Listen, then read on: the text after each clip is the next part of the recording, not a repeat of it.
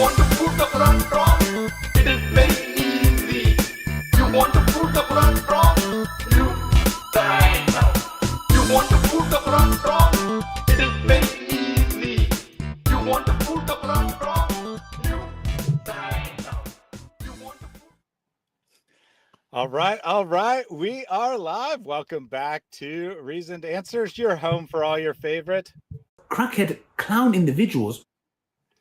Today, we're going to be talking about everyone's favorite crackhead clown individual, Mohammed Hijab, who has gotten himself into some hot water. As you've probably heard, he has been accused of tricking a woman into a secret Misyar marriage, a secret marriage that would be sex only, a hotel wife, as Hijab himself referred to it.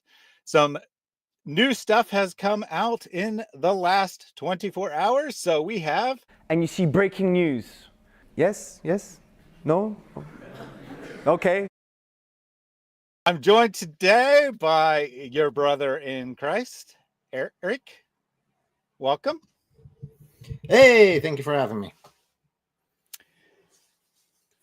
What we're going to be doing today is kind of looking at some text messages that have come to light. We'll start with the text messages that were in Hijab's response video, or I should say a mystery person's response video, because he didn't want to take credit for it. He disguised his voice. Most people are saying that's an AI voice. I personally believe that it's technically him speaking through a voice changer so that it doesn't sound like him, but because the cadence seems to be exactly right, it doesn't seem to be AI to me. Either way, right? He disguised his voice or used AI, didn't want to take credit for his own words for some reason. For some strange reason, he didn't want to defend himself on camera. You'd think if he was innocent, he'd just get up in front of the camera and say, I, Mohammed Hijab, am innocent of all these charges. But instead, he has a third party saying, oh, the evidence doesn't seem to line up here.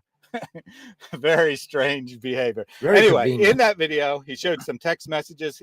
Scrolled back past a bunch really fast. I've gone through frame by frame and gotten the messages that he didn't want us to see. And surprise, surprise, they show that what he was saying about the text messages he did show was in fact false.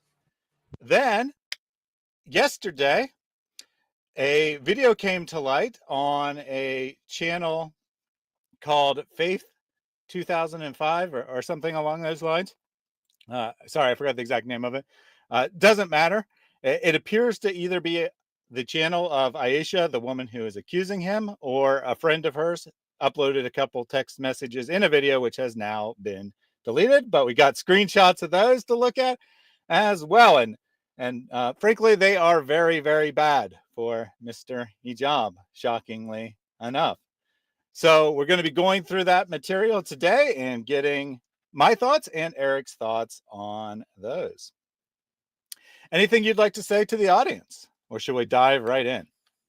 No, I'm looking forward to diving in on this one, because this is always so much fun when these things blow up in their faces. When they say, oh, you can definitely have a secret wife and you don't have to tell your wife about it. And then it kind of like goes nuclear in their face. It's very entertaining. All right. So we're going to start with a few, about 45 seconds of the unknown narrator telling us what to think of the text messages, because I think we should have the context for the text messages before we get to the actual text messages. And by the way, you're definitely going to be seeing some material that you will not have seen before. We will not be spending a lot of time rehashing what you've already seen. You will see a tiny bit of stuff that you might have already seen, but most of this is going to be new material today. So let me get right into that. Share my screen. Again, this is a unknown narrator, who is really Mohammed Hijab, telling us about his summary of the text messages that he just showed on the screen. The following points can be shown without a doubt from these messages. 1. She is persistently initiating contact with Hijab. She proposes a Misyar-type marriage to him, in which she even acknowledges that she can be divorced if things don't work out. She states she is willing to give up on equal rights. Hijab in response warns her against pursuing this kind of marriage. 2. Hijab explains to her that heartbreak is very likely if she continues down this path. At no point does Hijab express any interest in this woman. 3. The messages from this woman are long, emotional, and copious. In contrast, they are met with 1 or 2 word responses from Hijab. His tone and approach throughout remain professional and distant. All right. So there was a 4th point, but it had nothing to do with the text messages. So I cut it off there because the 4th point was that things went bad and mediators tried to get involved, which is definitely not shown in the text messages. So I don't want to bias your opinion. I don't want to tell you what to think about what you just watched, but Eric will tell you what to think about it. So I do. What is Hijab's point here? What are the points that he wants the audience to take away? Well, first of all, I have not seen this, so I'm coming in with fresh eyes on this. And yes, this is audio. This is someone using a voice changer. This is not AI. AI would not keep that same rhythm. It's one of the key differences between normal speech and AI, although it is getting much, much better. No. Now, his main point going through here, I'm waiting for him to call Mohammed Hijab the champ. You know, the champ. I'm waiting for that, but haven't heard it yet. So that would be a dead giveaway that it's Mohammed himself, Mohammed Hijab himself, because that's how he refers to himself. But so far, he seems to try to be bringing this into question, seeming that he's trying to say that this woman is the one who's pursuing Mohammed. It's not the other way around. They're coming after him, and he had no interest in her at all. Which ends up bringing up some questions later on. I should have mentioned that his original excuse when confronted before any of this became public was, I have no idea who that woman is. She must just be making stuff up. And then after that proved to be a non-viable, then he started saying, well, she was a stalker. Yeah, she was stalking me, but I blocked her and ignored her. And after I did that, then she went crazy, right? Went crazy and wanted to get revenge for me blocking her from somehow, some unknown way she got my number. But once I figured out that she was just stalking me, I blocked her, and that was the end of it. So that's claim number 1. That wasn't in this portion. It was elsewhere in the video, but that's the first thing that he's claiming. 2, I said that, as you said, she initiated contact. She sent many messages. He only sent a few. He said that she proposed Misyar marriage to him, that he warned her that was a bad idea, and that she was very emotional and unhinged while he was completely professional. I think that those are the claims. So now we're going to get into what I have recovered from the video, which he showed about 3 text messages in his video, but I've recovered several pages of text messages from the video. You have to go frame by frame. It's only about 2 frames that a lot of these messages are on the screen. So I'm not playing the video, but these are screen captures from Hijab's own defense video. Right? I'm being kind here. I'm showing his defense video, right, for the people to see. It's a bad sign whenever you decide, I'm just going to put this up here for a split second and then take it down. A lot of times I'll leave references up for way too long on the screen just to make sure everyone sees them. Yeah, well, I think that they just wanted you to see that there was a large volume of text, but they didn't want you to actually read the text. So this is where they start scrolling through the conversation. The date here says Thursday, 20th of January, 2022. And hey, what is this? What is this little thing here? Indicates that there's more messages down below. Like this isn't the latest. Oh, interesting. So the conversation ends here in January 2022, which would be before the date that she would be saying that they were married. And yet there was more to this text history that they didn't want us to see. Just an interesting thought there. Yeah, he could have scrolled back through and got these after the fact. So maybe it's later on more information, but it is kind of odd. Yeah. So it starts just have that cutoff. Yeah. It starts with the video at this point, quickly scrolls all the way to the top and then starts scrolling down. and doesn't get this far when it scrolls back down. So we don't know what happened after January 20th, 2022. Well, we might get to see a little bit of that later, but not So from wait. Hijab anyway. Not from Hijab. So wait, you're telling me that he starts here, jumps up to the top, scrolls back down, but didn't even get back to this section. But there's still more to the story that he doesn't. Okay, then that is very deceptive. Yeah. He's definitely leaving a lot out. The very fact that they didn't even get back to the starting point. I mean, he's the one that picked the starting point. Yeah, I mean, he does get fairly close to this. I'll highlight where the rest of them are going to start from the beginning and go forward, but I wanted to start with this point, and then I'll highlight where the recording ended, because some of them I had to get from the portion where he initially scrolling up, because he didn't get all the way back down to here. So this is the start of the conversation. It could actually be the real start. Unclear for sure one way or the other.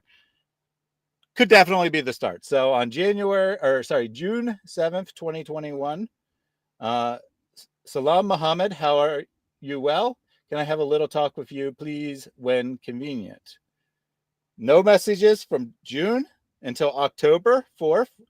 Assalamualaikum, Mohammed. I hope you are well. Could I talk to you today, please? I need some advice. So as you can see, there's just tons of message coming from this stalker, right? As soon as she gets the number on June 14th, or sorry, June 7th, and then just keeps sending messages over. Oh, wait, no, that's not what the history shows. I had a question. If Mohammed Hijab had deleted his own messages, would they show up here? They would not. No. So there would be a conversation, and there would be a jump in the conversation because he deleted his own message, and there wouldn't be any evidence on this side. Now, on her side, there would be, because the message was actually sent. Yes. But that looks a little odd.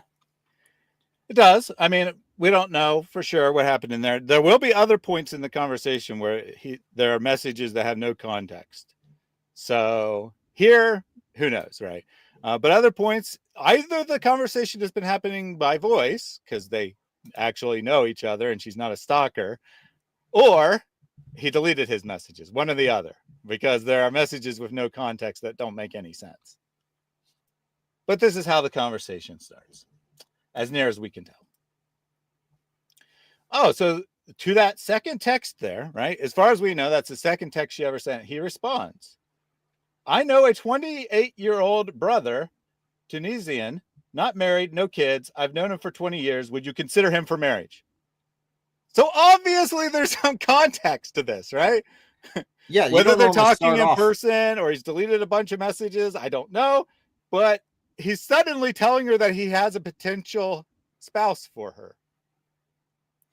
Yeah, that would be odd if that is like, hey, hi, I need some advice. I really am dealing with something. I have a husband for you. You want to meet him? That's the first thing that he says, right? As far as the conversation as he's presenting it, that's the first thing he says to her is not, why are you contacting me? Who are you? You got a wrong number. But hey, I know this 28-year-old guy who'd be a great husband for you.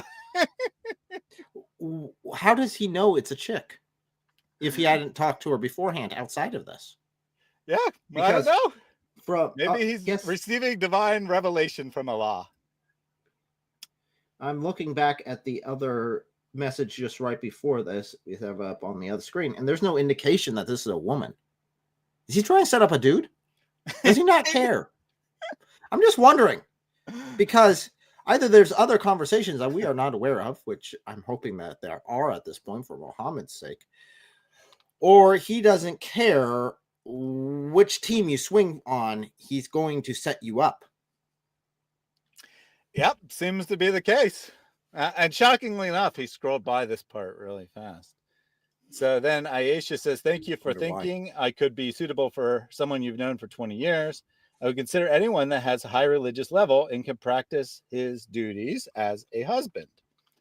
Seems reasonable enough. Doesn't seem very emotional and crazy to me, but you be your judge. Again, I'm still waiting for the part where she says she's a woman. Right.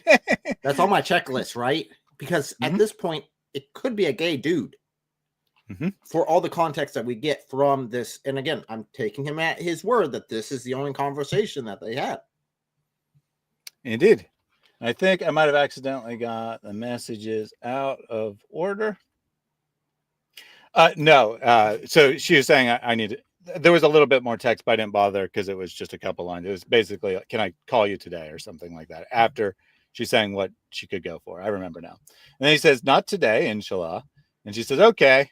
And then she tells him some more. Right? I can go for a religious man, inshallah, and give up on equity or equality, which he mentions. Right? He mentions that in his response video. That, but he said that she was proposing a Misyar marriage to him when she said that she would give up on equality. Seems to me that she's just talking in general terms here, right? What she's looking for in a husband. But so my question is, why is she jumping to that conclusion that this guy's like that? I mean, in Islam, it's very obvious that it's not actual equality. But it seems to be that this might have been something else, because she's like, well, I'm willing to give up on equality. Mhm. Like that was a requirement that she had beforehand. That now she's willing to give up in order to meet this guy and talk to him. Yeah, it definitely seems like, there's some history here that she and Mohammed Hijab know each other. Consistent, 100% consistent with her story, right? That they met for a dawah contact, put them in contact with one another. And then she was going through a divorce, and Mohammed Hijab's like, well, I'm a licensed marriage counselor. I can help you out with that. Seems to be that's exactly what she's doing here. She's getting advice on how to move on from her now ex-husband. And he's like, hey, I found someone for you. And she's like, well, does he meet my criteria? Here's my criteria. So, in other words, it sounds like in the end, Mohammed Hijab kind of pulled an Ibn Farouk Yes, he did. style bait and switch on the woman. Yeah, I think perhaps that may be the case. But right now he's presenting this as her coming on to him and proposing Misyar marriage. Seems to me that this is her describing what she's looking for in a husband, because he's acting as marriage counselor at that time, or maybe post-marriage counselor. I think she's probably divorced at this time. In any case, she continues, I just don't want to be cut off in case she finds out with no mistake of mine. And then I would still go for a religious man, even if he has to cut me off, if she finds out with no mistake of mine. So there's obviously some missing context here. Because she expects Mohammed Hijab to understand this message. And we can understand it in context of the story, where she's saying that she's willing to be a secret second wife. And if the first wife finds out about it, and she has to be divorced as a result, she's okay with that. But she doesn't actually say that. So for Hijab to understand this message, there has to be context to it. Yeah, and you'll see that he does understand the message, in fact. Well, even between the first section there, talking about equality, and the second section, that's very disjointed. So there's a talk of another she in this. So there's context of she, which obviously hasn't been in the text messages. I know. Because as far as I know, you had an unmarried dude and her, and Mohammed Hijab's trying to play matchmaker between the two. At least that's what the text seemed to indicate. And now she's talking about another she involved, and that other she could get this one get her kicked out. Yeah, I mean, it's very strange, right? And again, she's not actually talking about Hijab at this point, as will become clear in the later text. But there is some context where he understands what she is talking about, that she's willing to be a secret second wife for the right person, right? For a religious man, a good man who will really fulfill his duties. And she'll go on. In fact, let's go ahead and go on. Yeah. This is wait 1 second, because I just went back through. I got the stream up on the other side, and earlier on, the guy that he's trying to set her up with, if this is still the same guy that she's talking about, isn't married, has no kids. So who's this she? I don't know. Okay, Shout out that's to all I Karan. wanted to add. This is very weird. Yeah, I mean, there's clearly some missing context. Whether there's deleted text messages or the rest was said verbally, possibly even in person, as he's doing marriage counseling in person, I don't know. But there's definitely context that isn't in these text messages. Shout out to Quran Only fans. It says, "Hey Hijab, we all know you're watching. Do your secret, do you miss your secret wife?" Very clever there. And shout out to Quran Only fans for the text messages that we're going to see later on. He's the one who discovered these and whom I got them from. So not these ones. These ones are in the video, but the ones we'll see later on that presumably came from Aisha. So she's talking about her preferences, and then she continues on. If all this is acceptable from a religious perspective, I'm going to be very happy with it, inshallah, and I want to go for it. So seems she's asking her professional marriage counselor, who's supposed to be an expert on these subjects, is this permissible in Islam? Is this how we do things Islamically? And she says, what I know is I always feel I could have been with someone more religious, and I have rather just settled down for convenience. Because remember, she was married and going through the process of a divorce. She's saying, I made a bad choice. He wasn't really a religious Muslim. He was just a cultural Muslim. I really want a religious person because I'm into the dawah. In her testimony, she talks about how she's been doing dawah since she was a little kid, and she was raised for doing this. And that's how she got in touch with Mohammed Hijab in the first place. And then she says, if I only have one chance in this life, I want to just go for it for real, inshallah. Nothing strange here to me. She's just described to her spiritual advisor, to her marital advisor, describing what she's looking for in a spouse. So she's divorced at this point. She is looking for another one. If anything, kind of sounds like she, whatever happened there, she's not too broken up over the divorce, I should say, which is interesting. Yeah. I don't know if she's still technically married and about to be divorced, or she's been divorced for a month, or she's been divorced for 2 years. I don't know exactly. The timeline was not clear from her testimony, but she was still married when she first met Hijab. He became her marriage counselor, and then she ended up getting divorced. Doesn't seem like he did a very good job then. If his job was to keep the marriage together and she was going to him for that and couldn't do it, and ends up, well, the story ends up with him sleeping with her. I think there might have been alternative motives in this a little bit. Could be. I don't know if he's had alternative motives from the beginning, or he just said, hey, wait a minute. This is a really vulnerable woman who seems to be pretty open to a unconventional relationship. This is my opportunity to get that second piece that I've wanted so badly, or perhaps third piece based on the other accusations. Any case, continuing on, there are some gaps. These aren't the same message, so I don't know how far apart they were sent, but they were presumably at least sent on the same day. And of course, there could have been a response from Hijab in there. Don't know. All this is just because I really love Allah and want to go for the best. Now, I am going to feel that I have really tried my best. So if it works, that's all right, inshallah.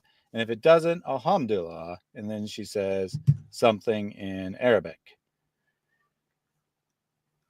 Nothing weird there.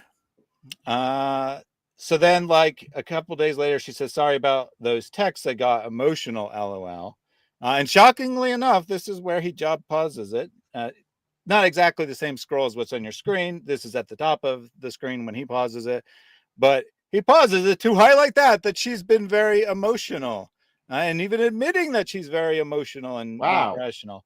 I don't really see anything emotional there. I think she sent that message because he was ghosting her and hadn't responded to her messages after, a week or 3 days or whatever the amount of time was.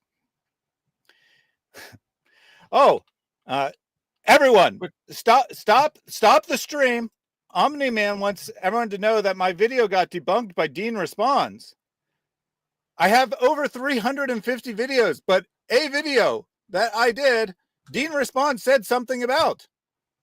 So don't listen to me. Just shut down your computers and head right over to Dean Responds right now.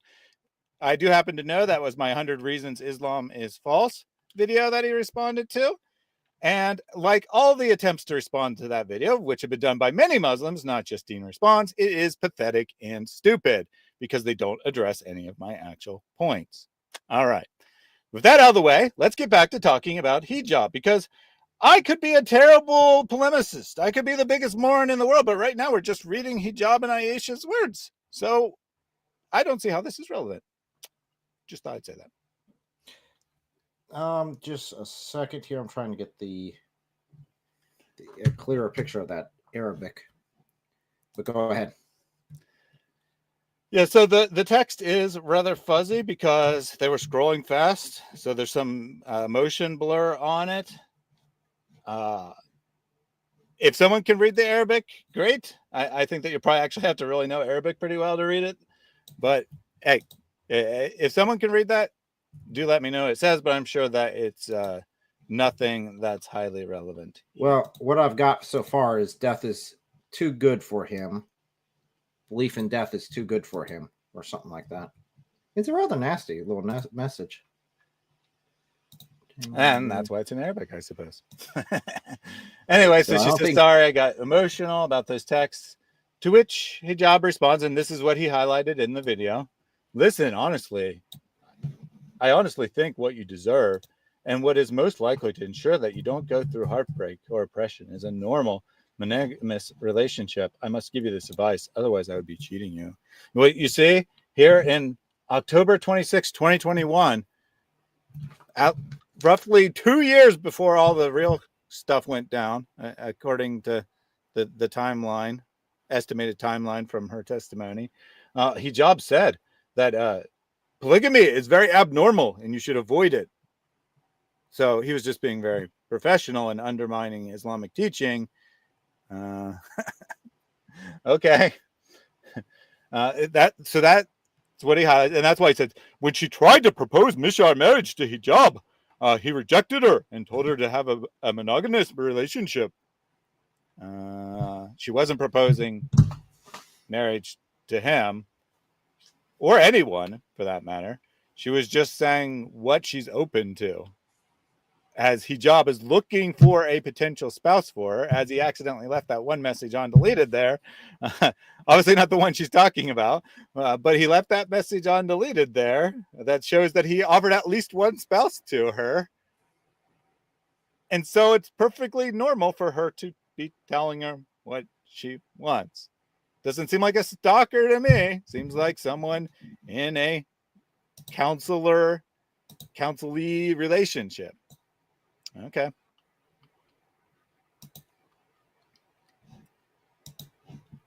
Rick Newton says, what the heck is wrong with YouTube not letting me post super chats? Well, you got one through. The super chats do have the same censorship rules as normal comments in chat, except normal comments in chat, you just put them there and you don't realize they didn't go through. So it's highly possible you said some no words, like, I don't know, Islam is bad or something like that. And that's why it was getting censored. What is the purpose of this? Good question. Good question, Jose. I'm glad that you asked. The reason I'm doing this is not because this proves Islam false, or even that this diminishes the truth of Islam or makes Islam look bad or anything like that. The reason I'm doing this is because how many videos have you seen from Muslim apologists and Muslim leaders talking about this issue? None? Other Nope. than the one original video, which is by an obscure figure who describes himself as a nobody, as we'll see later on. So one obscure guy is willing to speak the truth. And according to Aisha, the multiple sheikhs that she reached out to, the multiple religious teachers, the multiple leaders in the community that she reached out to for help, all said, we're not going to say anything against hijab. He's too famous, too powerful. Yeah, I think that's probably why they're not saying anything, because they're all afraid of hijab. But guess what? I'm not afraid of hijab. And whether she's a Muslim or not, this woman deserves justice. She was abused and mistreated by hijab, and he should be held accountable. So that's why we're doing this.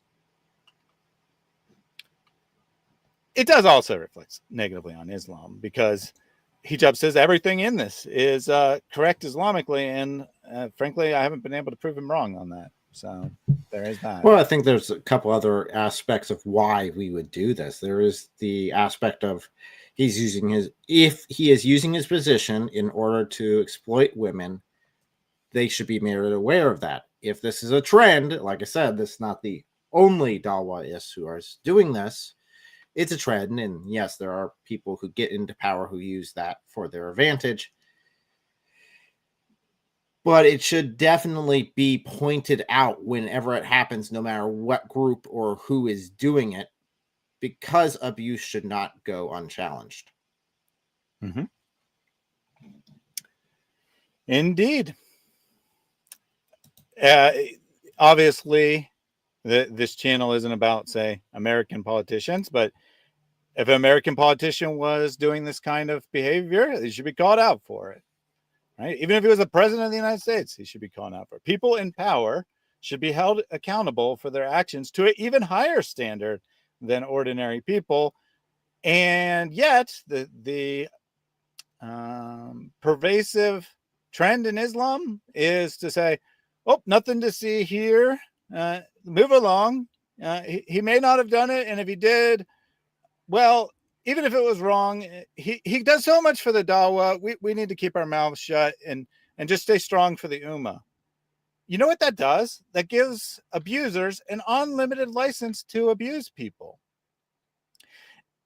In fact, I'll go ahead and make this about Christian figures. Mike Winger has just started a series calling out Christian leaders who are being abusive, and people are covering up for them. Any person in a position of power who is abusing that power deserves to be called out. I fully support what Mike Winger is doing. And even if David says we shouldn't like Mike Winger. Now, one other question I have. Has Mohammed Hijab spoken against doing this practice? No, he has not. No. Okay. Well, at least he's not being hypocritical in that sense. That's true. Yeah, I mean, people are shocked, right? But he was openly saying this is in line with Islamic doctrine about a year ago.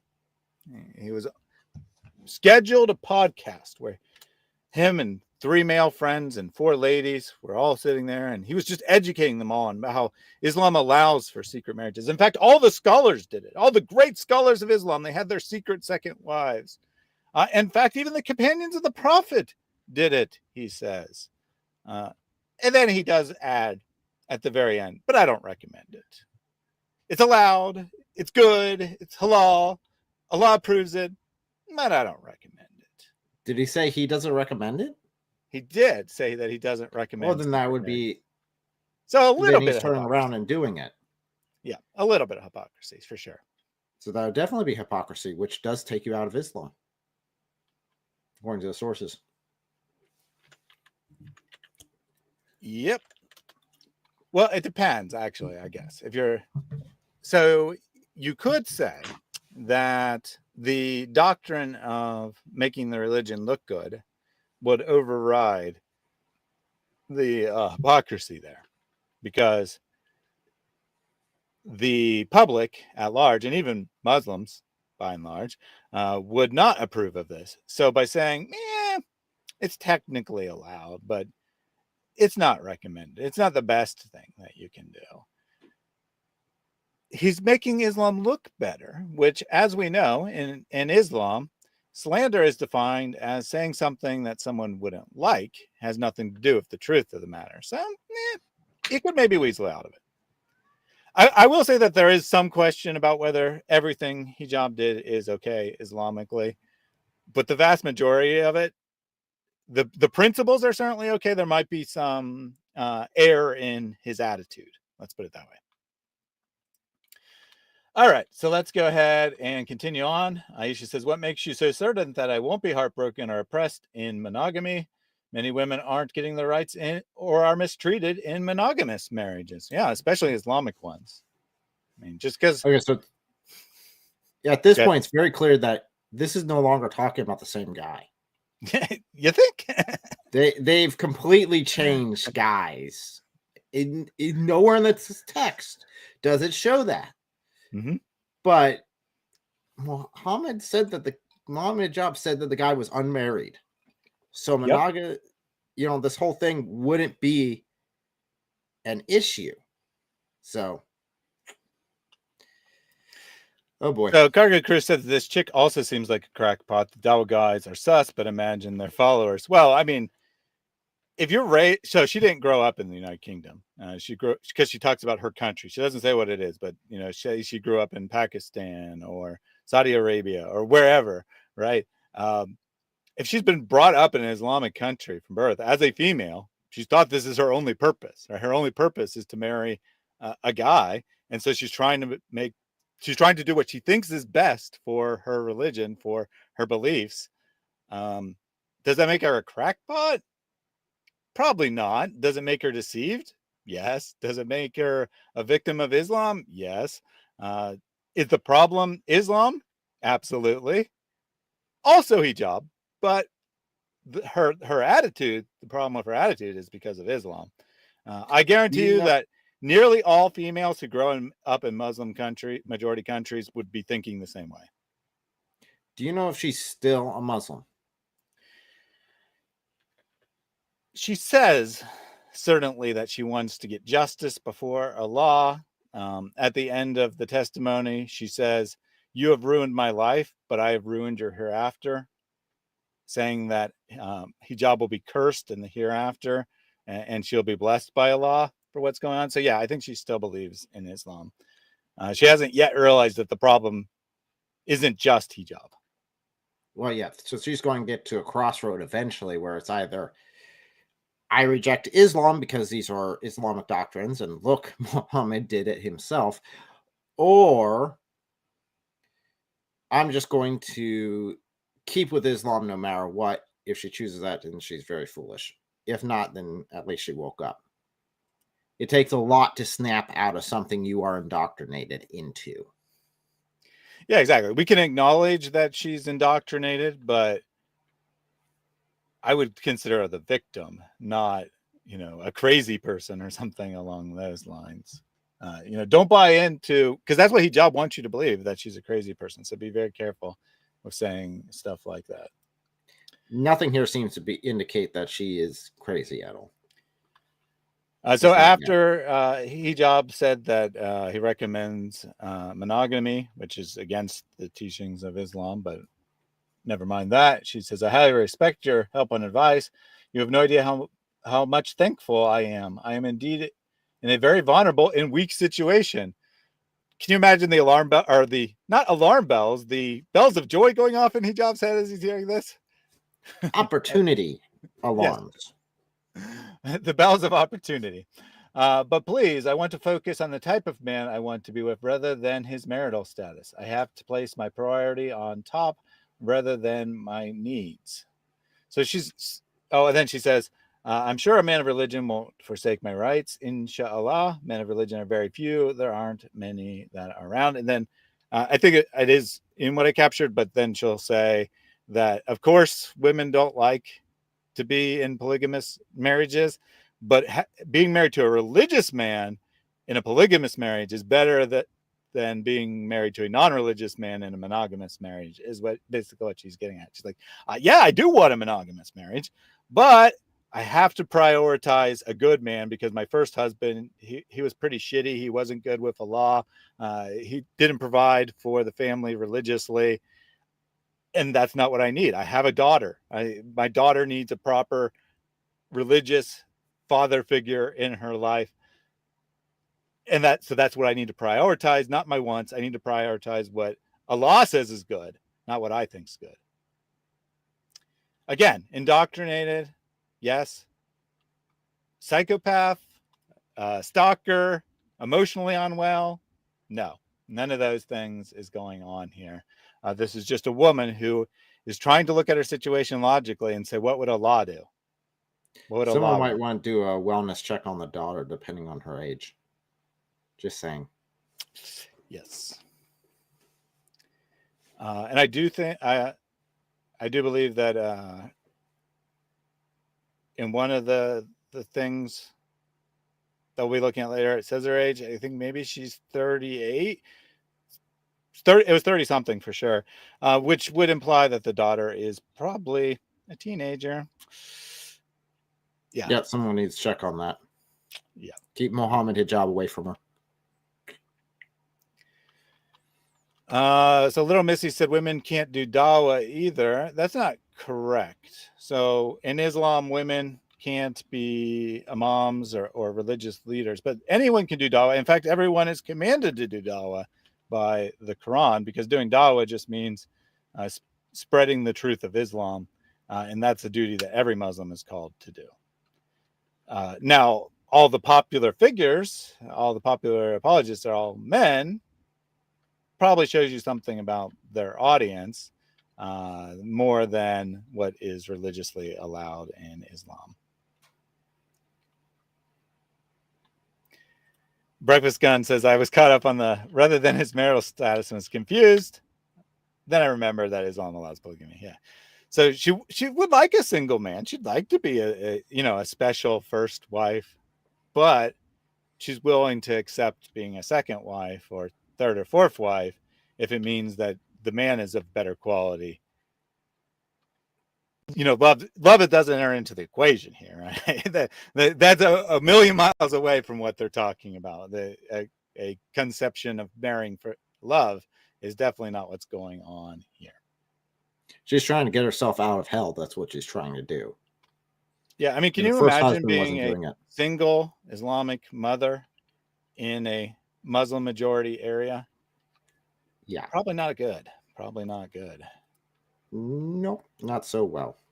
Especially when your child's also a female. You can't even rely on your teenage son to protect you. So then some time goes by after that.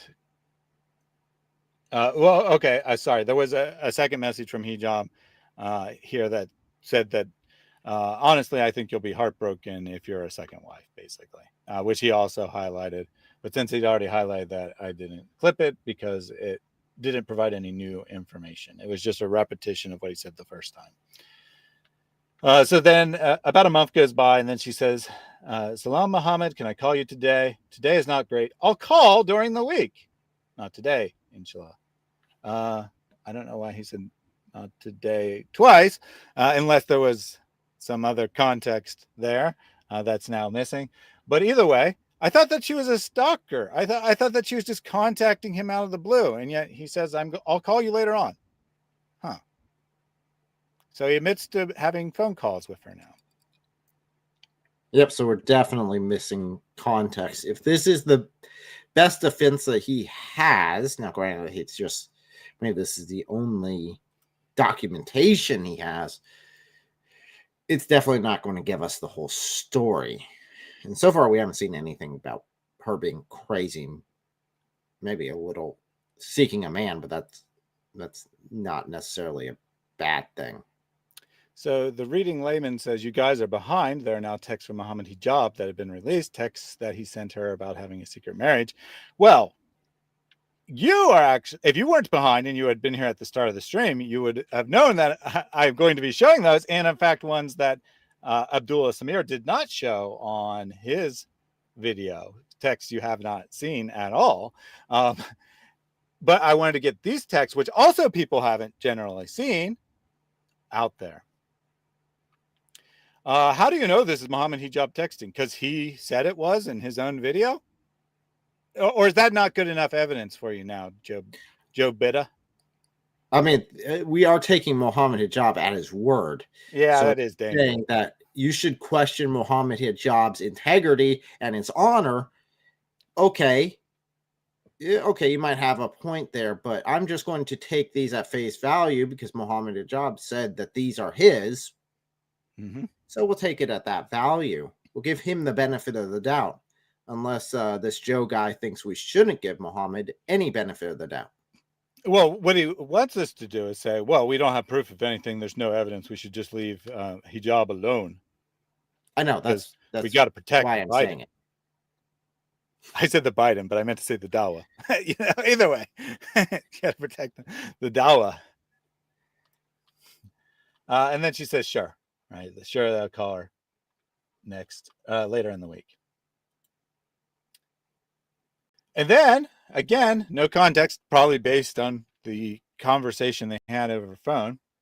I really hate that guy a lot, for the sake of Allah, to be honest. I had a video of him forwarded to me where I believe he has gone against the correct Aqidah and teachings of Islam in regards to addressing the topic of divorcees. So I have struggled watching the video you suggested. The video you suggested? I thought he didn't know her. I thought she was a stalker. I thought that he told her to get lost. No, he's having calls with her and making suggestions about videos she should watch to understand Islamic teaching on marriage. But she's pushing back, saying, I don't think he's right. I don't think the guy in that video you sent me is right. I've struggled watching the video you suggested just to find out I had watched the wrong one. Haha. No, it says you actually watched the wrong video. I will leave you a text or an audio after I watch the one about polygyny sometime soon. So she accidentally, probably the same teacher, right? The same Muslim, but she accidentally watched one of his other videos, not the one. None of these texts talk about marriage, LOL. Joe Bitta, you're so stupid. Mohammed Hijab said these texts are her proposing marriage to him. You just said that Mohammed Hijab is wrong while trying to debunk me. Maybe you should figure out what we're talking about before just getting on here. Hey, Mrs. Friendly Ex-Muslim has joined the chat. Good to see you. So that's Abdullah Samir's wife. Ah. So they do the channel together. Anyway. And she said that we're not behind, that the story is developing every single day. All right. Anyway, continuing on. So Aisha says that she accidentally watched the video, but she thinks that the guy that Hijab is recommending as a teacher on Islamic marriage is telling wrong things in his video. Then she sends some more thoughts on the video. Every girl wishes she has her husband just for her and he loved her only, etc., etc. That's what our nafs craves. I don't need probably advice or teaching about this. I believe marriage has to be founded on compatibility in terms of religiousness and personality. Everything else has to be secondary.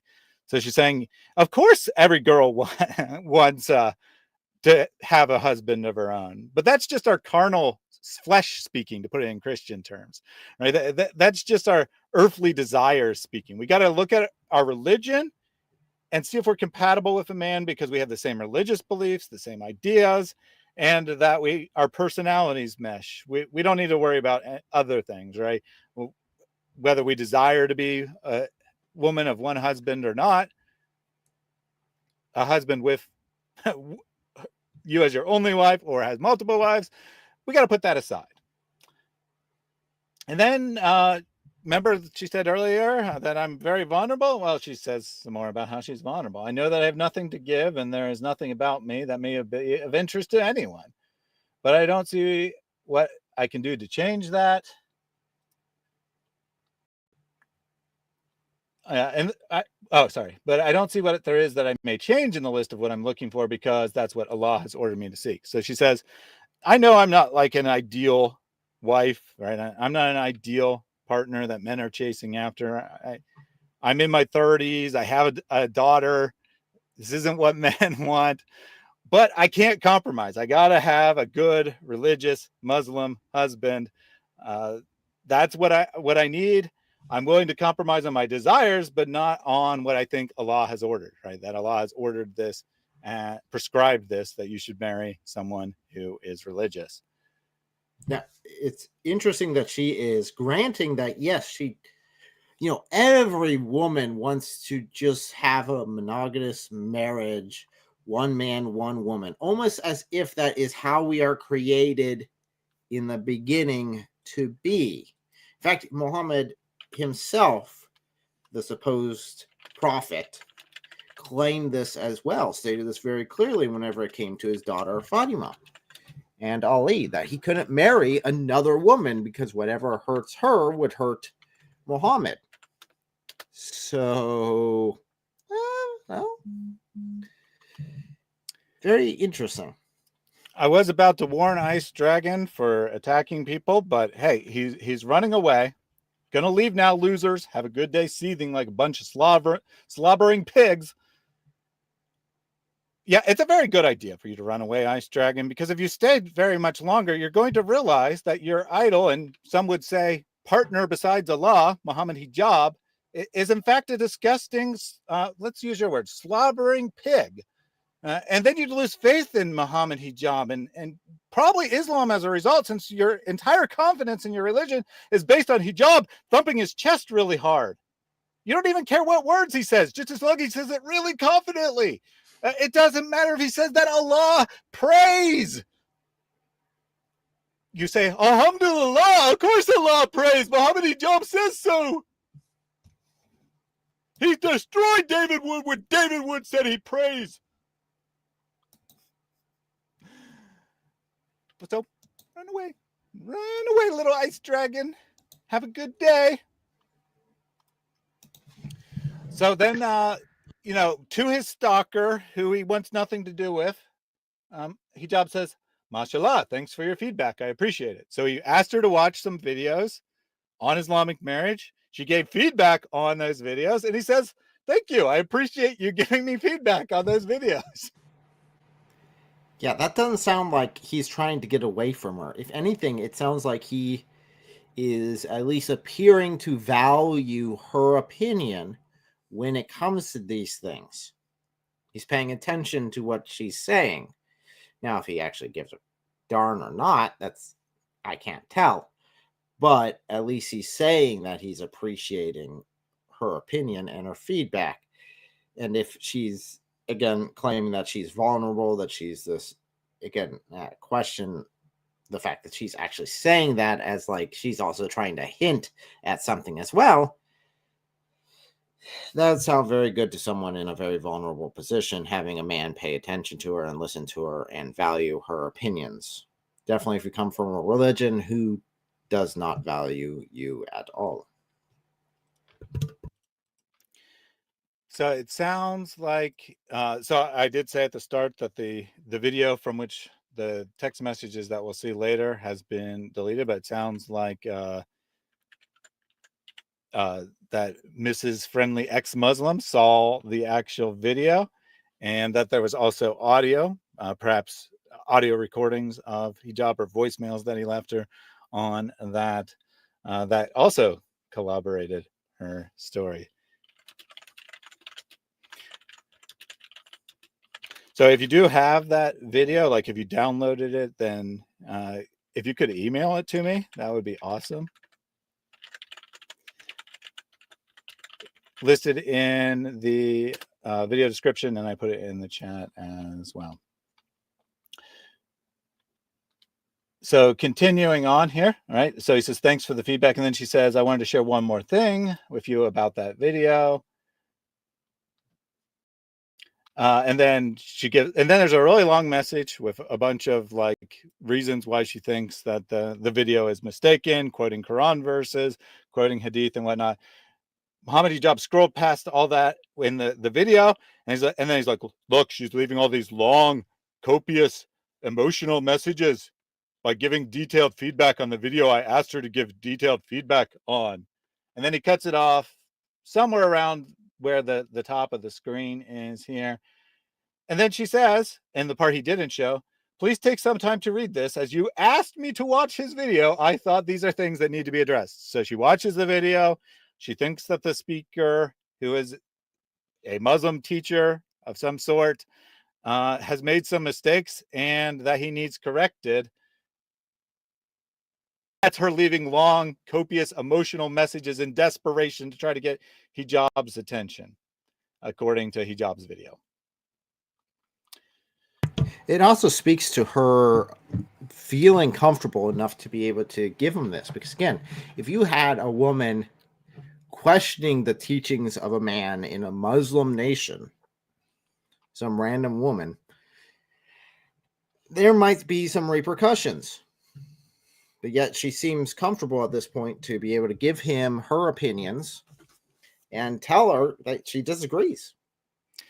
So Joe Bitta is drinking the Kool-Aid hard, because in Hijab's video, he plays a clip of her saying that she wishes curses upon Hijab, wishes curses upon his children. Notice he didn't object to wishing curses upon Hijab, because that's perfectly acceptable in Islam. But she crossed the line and said that she also wished curses on his children, and therefore her testimony is not reliable. Very interesting religion there. that if you say something in frustration, you're like, I hate that guy. He's so despicable. I hope he will lose everything, even his children. I even wish his children to die. Now, I don't think that's a good thing to say by any means, but she's obviously upset and ranting about how horrible Hijab is. And you're like, well, you can't trust anything she says because she cursed his children. Meanwhile, Hijab has just been completely professional in everything he has done, as we'll see here in a second. So, Joe Bitta, let me guess, when I show how emotional and unhinged Hijab's texts are, you're going to be like, that's not Hijab. That's just made up. I know this because Hijab is my favorite partner of Allah.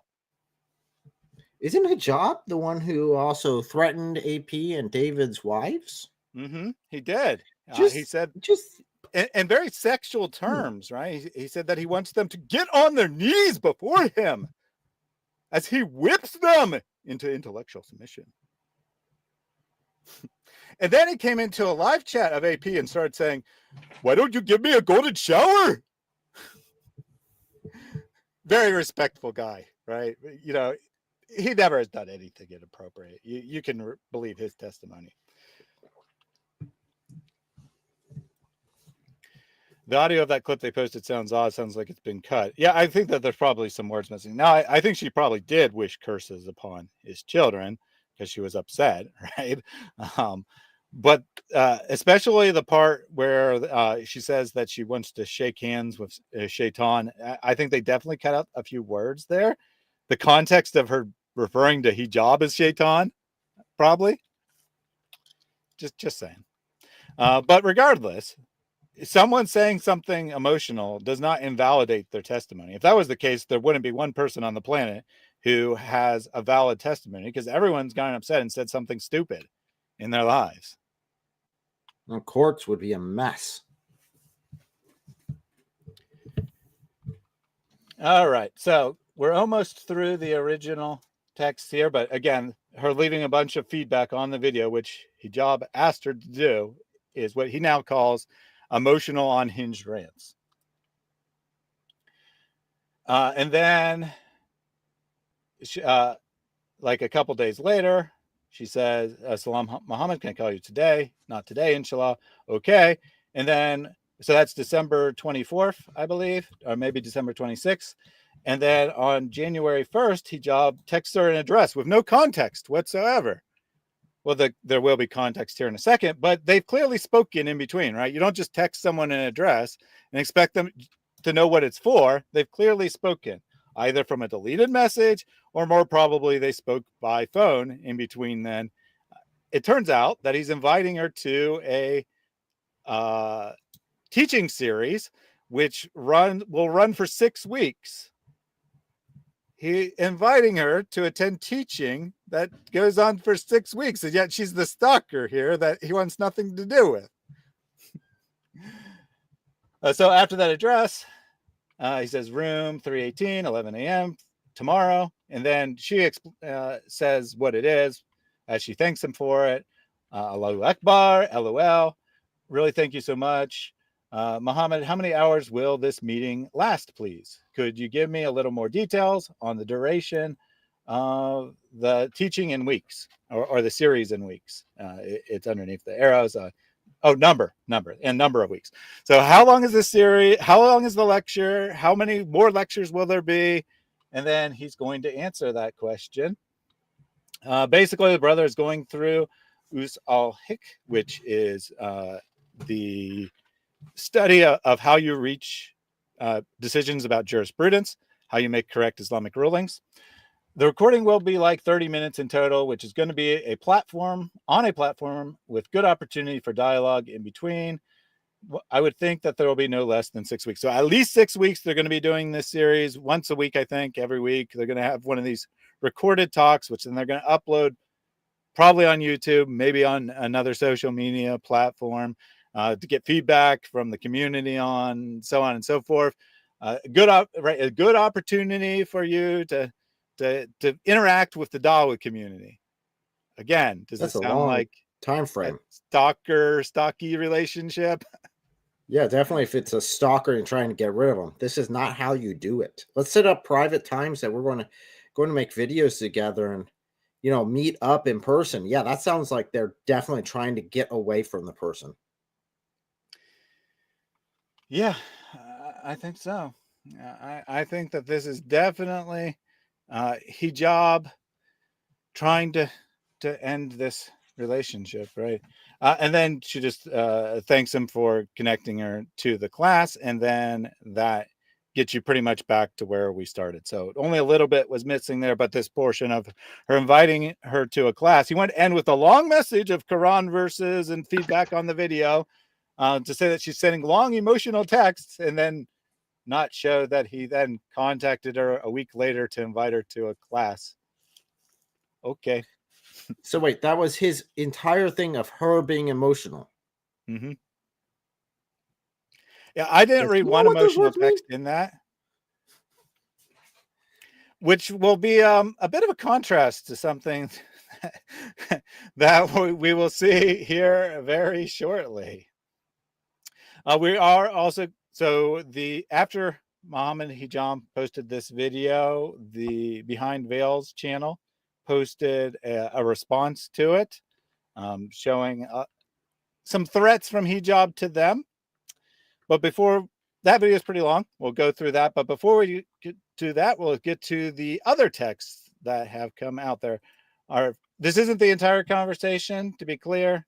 There's definitely gaps in it, but this is what someone, presumably Aisha, has posted. So obviously this is after things have gone wrong. This is her here. I never understood your actions. The pain you caused me will never stop growing. If you don't like me, why did you get me emotionally attached to it throughout all these years? Why did you propose to me? Why did you come back to marry me? I had to deal with a lot of pain, everyone. When I was 31, this all started. Okay, so she's 31 several years ago. So 34, 35, something like that now. I need love. I want to have kids. I want to be with a religious companion. I don't have the capacity to be both a man and a woman. I had great ambition to be part of the Dawa work. I trusted you. I'm in a constant state of, I'm going to guess, distress. I will never stop my actions. I'm guessing what the Arabic is. Feel free to correct me on the Arabic. Obviously, that's not the exact word, but I'm guessing the gist of the conversation. You harmed me. Had you not agreed to what I asked you, I wouldn't have married you. Had you told me that you wouldn't keep contact with my family, I wouldn't have got them involved.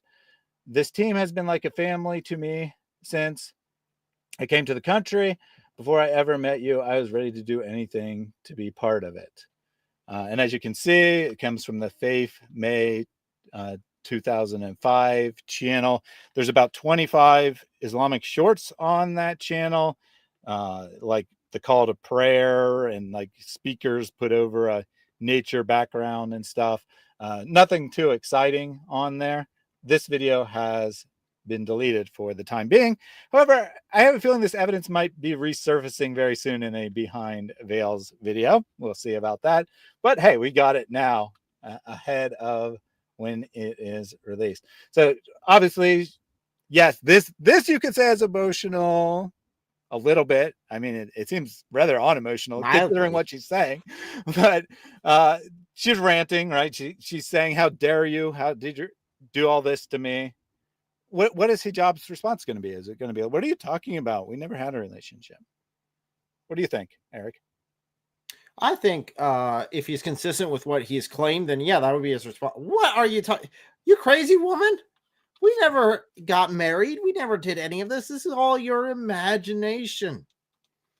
At least that's what he should say if he was consistent. Before we do that, let me take the super chat from Rick Newton. Early, and this is indeed a sign, yet most of them are not believers. Give alone to Allah, give alone to Allah. Ride the wings of Gabriel, give alone to Allah. Thank you very much for that donation, Rick Noonan.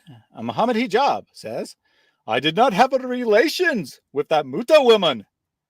Inserts Takia, remembering Muhammad promised to his wives with non-wives in their sleeping area.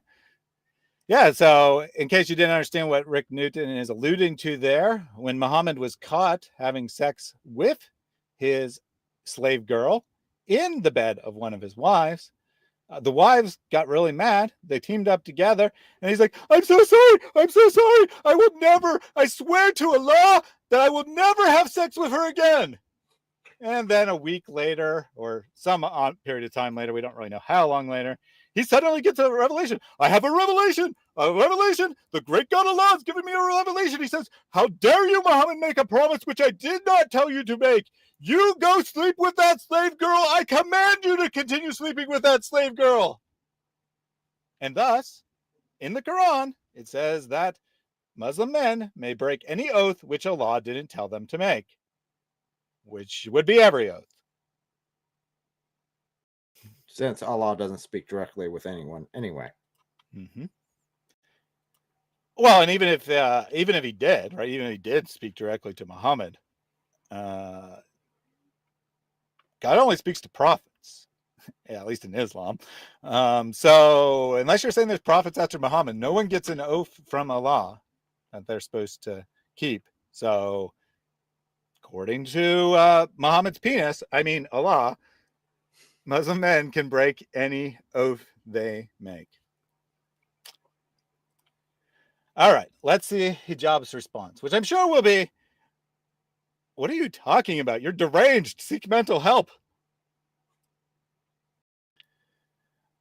A couple more messages from her. "Was I a wife to you? OMG, what kind of question is this?" So like he probably said something about, maybe he said, was I a husband to you or something, right? Don't know exactly. But then, okay, this is Hijab speaking. "Do you want him to think that you are that kind of woman?" Him presumably being whoever she's, it might be the Behind Veils people. It might be someone else, because she said she sought out the help of many people. Many people rejected her. So he's basically saying, why would you tell someone about this? They're going to think that you're a slut. They're going to think you're a loose woman. Who wants to have, do you want to think that you are this kind of woman? And then he specifies, in case she was too stupid to figure it out, who wants to have hotel marriages? Only a disgusting pervert like me would want to have a hotel marriage. You don't want anyone to think that you wanted that. Yes or no? Do you want to have that reputation? That doesn't seem to be a denial. I mean, maybe I'm just being biased here, Eric. What's your opinion? Does that seem like a denial to you? Nope. I think you're right on with this. And then she says, "Muhammad, I never accepted hotel marriage." And then he says, "I have all the evidence to the contrary. More of it than you know." How could she have more evidence than she knows about? Unless that evidence is like a contract that she had to sign that she didn't read, because he just put it in front of her and said, "Sign this so we can get married." I don't know. That, or he's recorded her without her knowledge. But regardless, right? Regardless, he says he has evidence. that she accepted a hotel marriage. Mohammed, I never accepted hotel marriage. I have evidence to the contrary. Mohammed Hijab saying, I have evidence that you accepted a hotel marriage to me. That That would doesn't mean sound like a that he also denial. accepted it. So she's saying, she's ranting to him. And then he's like, oh, I wasn't really your husband, blah, blah, blah, blah, blah. Do you want people to know that you and I had a hotel relationship? And then she's like, I didn't accept that. You're the only one who accepted that. And he's like, no, I can prove we both accepted it. Wow. Real good denial there, Hijab. Real good denial. Now, this sounds like he's trying to shut her up. Uh-huh. Tell you truthfully, that's what it sounds like to me. Oh, he's definitely you trying want to that manipulate her. relation, that reputation? It's on her, not on him. This sounds exactly what someone who just raped a girl would say. Yep. You don't want people to know that you came and saw me. Yeah, like you came here of your own volition, but then, yeah, I took advantage of you. But you don't want anyone to know that you're the kind of girl who would just go to some creepy guy like me. After all, you really wanted it, right? Yeah. And then she says that I don't mind, right? I don't mind if you expose me. I'm still going to expose you. So he says, what's your next move? What do you want? She says, the truth is otherwise, right? So she could have just been continuing her thought, right? I don't mind. The truth is otherwise when he says, I don't mind if you reveal this evidence, but the truth is otherwise. The truth is on my side. So now Are he's you shifting. desperate? So now he's shifting from threatening, I'll destroy your reputation. Do you really want that reputation to, what do you want? What's it going to take here? Mm-hmm. Are What do I you have to desperate? do? Oh, it's going to get good. It's going to get good. Oh, I mean, Again, I've got no context, so I'm just Right. guessing. Right. Your guess is very wise. You may be a prophet. Are you desperate? Mohammed, what are you doing? Like, what is wrong with you? Why are you trying to blackmail me? Why are you trying to convince me that I'm in the wrong when we both know the truth of the matter? And then he says, I'm asking, are you? Are you desperate? What are you doing? I'm asking, are you desperate? Right? Are you desperate? Who sounds emotional in this? Who's sending? Can't even finish his thoughts. I'm asking. You are. You. Those are separate texts. Yeah, he sounds scared. If I were to guess, he sounds scared that he does not want this to get out. He does not want his wife to know. And lo and behold, he's going to blow the whistle and he will try to silence her by any means. Bribery, denial, threats, as he has to. And no, that's not me being a prophet. That's me knowing scumbags. So, little Missy, let me ask you a question. You said the prophet never broke an oath in his life. His wives were all submissive and obedient. If I show you Sahih Hadith that say that Muhammad broke an oath, will you leave Islam? Or at least admit that you've been lied to and start actually looking for the truth? I'm not going to prove you wrong until you answer my question. So what will you do if I show you Sahih Hadith that show that Muhammad broke his oath and that Allah approved of it, in fact, demanded it in the Quran? As Allah says, little Missy, you are defending abuse. Indeed, she is. Yes, she is. Sadly, that's what happens. While we wait for... Oh, boy. While we wait for Missy's response, let's get the next set of text messages here. She says, you are making me lose my mind when he says, are you desperate? Probably. I don't know. There could have been a message or two in between. Say sorry. Say sorry for giving another man and speaking my personal business to him. Say sorry. Arrogant woman. Leave me alone. All caps. I'm yelling, but I think it's 100% appropriate. That's exactly what he's conveying here. And that's probably exactly what he's probably raging, right? He's probably raging when he's sending these texts. What do you think? I think so. I think looking at this again, and I want to see if there's more of this situation that develops. But one of the telltale signs of someone who is manipulative and a constant liar is that they are very concerned about you talking to anyone else. Mm-hmm. So, don't talk to anyone else about this thing. Now, they might never have told you that you can't talk about it, but they get very mad if you talk about someone else because they know that very easily could topple their house of lies, their house of cards of lies. So little Misty says that if I show her a hadith that proves that Muhammad broke his oath, she'll be a more devoted Muslim. Then you're Does an this sound idiot. like a serious response to you, Eric? No, it sounds like tongue in cheek trying to deny it. If anything, it sounds more like it sounds like blind faith, absolute and complete blind faith. Because if she's certain that Muhammad never broke any oaths, he's the best example for humanity, the code of conduct according to the Quran, then there should be no possible way to ever show that he wasn't a perfect man. Mm-hmm. Yeah, so But if we take her at her word, she's saying that Muhammad would be a better example by breaking his oath because that would make her more devoted. So what she's really saying, even though I'm sure she's not really saying that, what she's really saying is I couldn't care less how disgusting and perverted my prophet is. I already know he's disgusting and perverted, and I've drank all the Kool-Aid, so there's nothing you can do about it. So, little Missy, I'm going to give you one more opportunity here. Is there any consequence to Muhammad's actions in your mind? If Muhammad did something bad, would there be any consequence, or would it make absolutely no difference to you whatsoever? That whatever Muhammad did is the best pattern, which means you should be breaking your own oaths, right? I want you to say that if Muhammad broke his oath, then yes, that is a guideline for me to break my oaths as well. If you don't say that, I'm not going to read the hadith.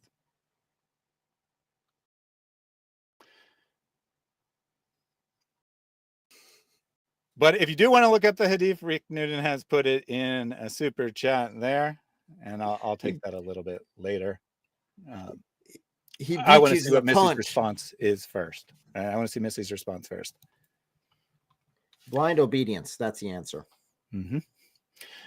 So she says this is Islamically wrong, right? So he's saying, you did something very wrong. You shared my personal business, which doesn't exist, right? This relationship never existed, but she shared it with someone else. That's what she did wrong, is that she got other men involved in Mohammed Hijab's business, his marriage, right? Because she needed advice and help on how to deal with the situation.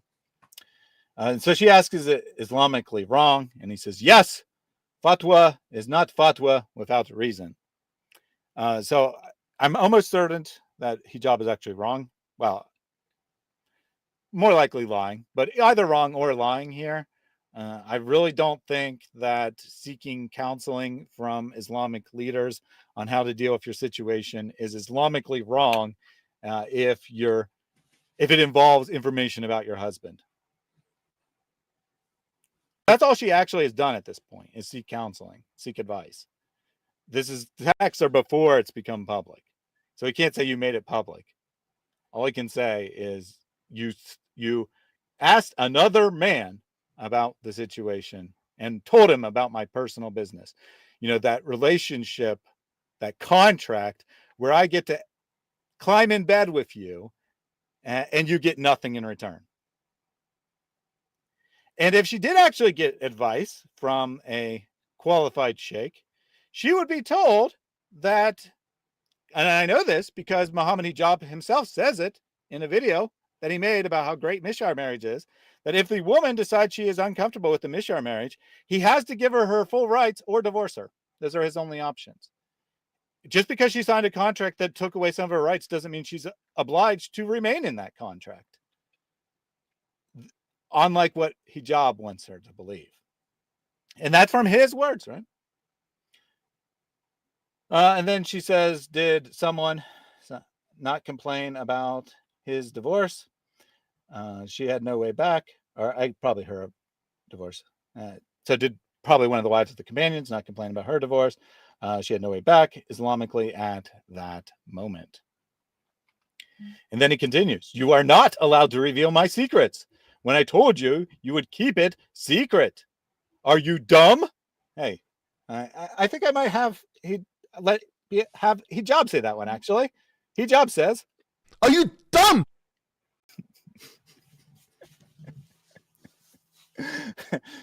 So what is the problem here? Is it that she was stalking him and annoying him and that she's going to make up lies about him? Or that she's threatening to make up lies? Or is it revealing my secrets? What secrets could he possibly have in his version of the story? That he's extremely concerned that no other man should ever hear about them. Mm-hmm.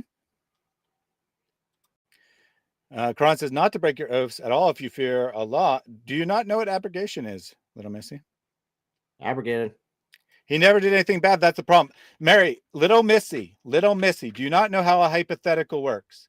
If Muhammad did something bad, I know you believe he never did something bad, but if he did something bad, would that have consequence? Would it diminish your opinion of Muhammad? You can't just say, I know he never did anything bad. That's just a statement of faith. And maybe you'll be proven right. Maybe when I read the hadith, you'll be proven right. But if I'm correct about the hadith, what is the consequence? You need to tell me what the consequence is of your position. Yes, the first part of a hypothetical can be true and it still be false and it still be a valid question. So like I said, I don't know. If Eric punches me in the face, I'll no longer be his friend. Does that mean he punched me in the face? No, it's a hypothetical. So if Muhammad did something bad, what would the consequence for you be? Would you just pretend it was good? Or would you acknowledge that your prophet did something bad? When you're reading the hadith, as soon as you tell me what the consequences of the hadith will be, because it's pointless if you're going to say there's no consequence. It doesn't matter.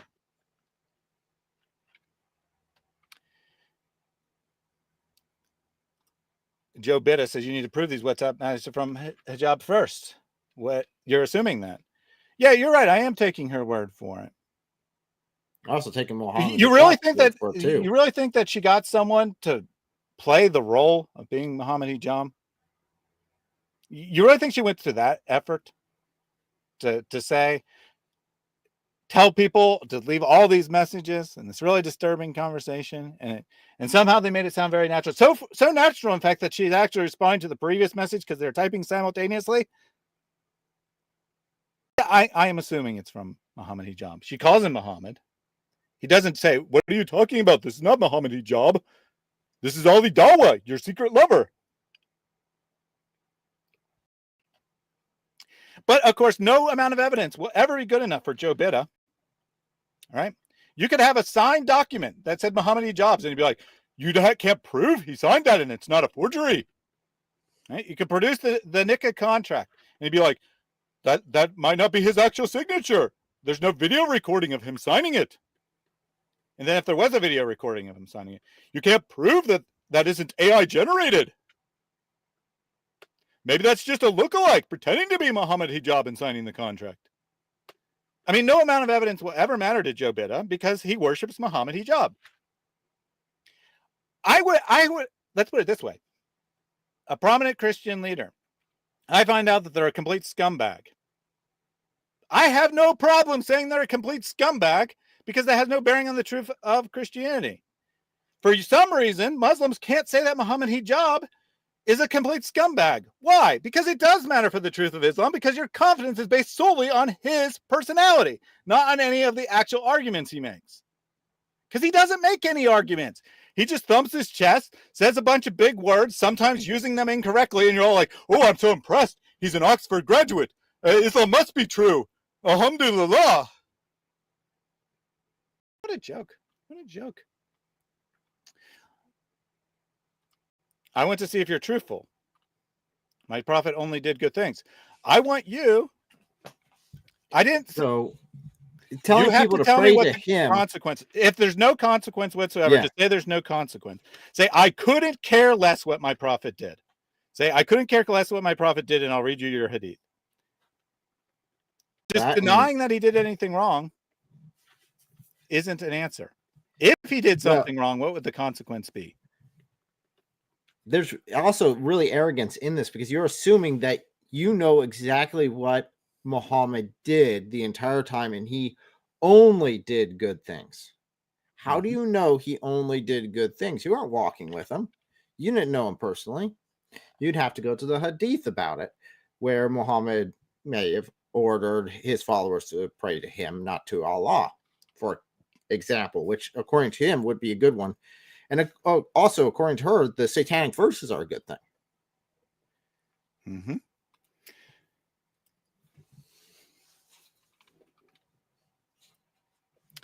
Yeah, and as Allah, the very wise Allah says, your prophet's existence is irrelevant to the existence of the hypothetical God Allah. Was Muhammad evil or not? But, you know, Muslims actually probably don't care if Allah exists. They only care that Muhammad was the perfect example. It's a bit of a joke. Anyway, let's continue this. Continue to give more chances. This is how merciful and generous I am. I continue to give you chances, little missy. Despite Muhammad thinking that you have only half a brain, I think you have a full brain. I think you're intelligent enough to understand the consequences of not Mohammed Hijab, Muhammad the Prophet, doing something immoral. And that's why you won't tell me what those consequences would be. It's because you understand there would be severe consequences to your faith in your prophet. Because you've been fed lies about how he's perfect. I know everything about my prophet. Then you tell me the hadith. You quote the hadith. If you already know it, you quote it to me. Why are you asking for it if you already know it? Let me guess. How many hadith have you read in your life? 3 that you saw on social media posts? Let me guess. How many biographies of Muhammad have you read? 0? Let me guess. What do you know about Muhammad? Exactly what your parents and religious leaders told you? Mm-hmm. Yeah, you totally know everything. You totally know everything about Muhammad. Even though you don't know what 99.99% of all hadith even say. Totally. All right. Hijab reiterates, you're not allowed to reveal my secrets. When you told me you would keep it secret. So she can't lie and say, lie and say that, yes, I'll keep it a secret and then not keep it a secret. But, he can lie to her to trick her into keeping it a secret in the first place. And then, it's just so appropriate. I'm going to do it again. Are you dumb? Because you'd have to be pretty dumb to fall for Mohammed Hijab's manipulation here. And Aisha doesn't fall for it. Let's get the next batch of texts here. Arrogant woman, you have broken every agreement. You've revealed every secret. And then she says, it's not like I've spoken in public. So she hasn't really revealed anything yet. She's revealed it now. But at the time of these texts, she hasn't revealed anything. And then he says, yes, it was a friend of mine. You told a friend of mine about our secret marriage. So he's acknowledging that it wasn't said in public. And then after quoting if I've not spoken about it in public, he says, if you do, I can't imagine what's going to come after the words, if you do. Love and praise? What do you think, Eric? What's he going to say next? Probably a threat. It seems to be building up to that because he went through shame, didn't work. He went through bribery, didn't work. He went through personal attacks, didn't work. Now he's left with something that might threaten her. I'm assuming would be the next step in this development. He starts out with this pretty indirect threat. I would simply say you couldn't satisfy me sexually. I thought that they didn't have any relationship.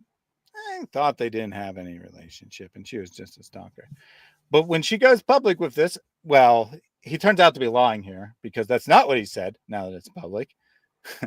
But he threatens that I'll just say that you couldn't satisfy me sexually. I'll just make it so no man will ever take you again. So, yep, we were married. She sucked in bed, so I divorced her. Of course, he doesn't actually say that when it goes public, but that's what she wants him. That's what he wants her to believe he will say, which is a threat of sorts.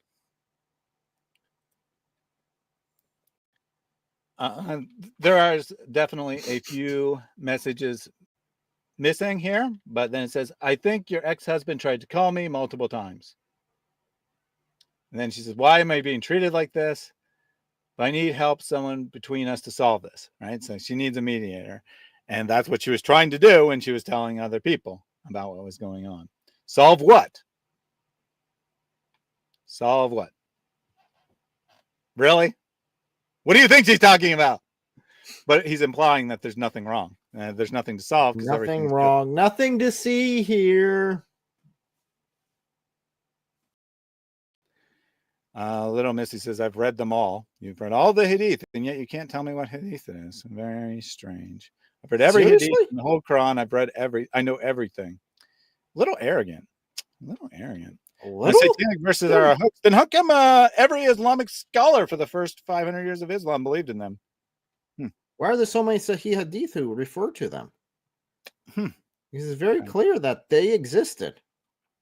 All right. Well, we all know.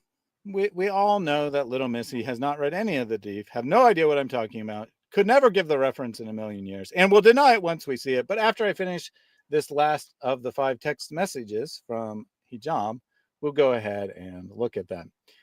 So she says this, and then he responds very calmly and rationally here. You want money. Are you desperate for money? That's what Tiraway said, which is probably like an autocorrect. It probably was supposed to be someone's name.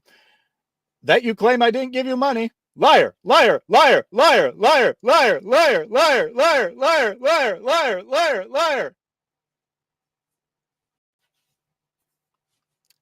Calm, rational individual who's just trying to get rid of a stalker. I see one that's calm and rational. The other one, not so much. Looks might be a little unhinged, I think. Yeah, so remember the words of Mohammed Hijab pretending not to be Mohammed Hijab in his response video. He says, we shouldn't trust the testimony of this woman. She's shown herself to be emotional and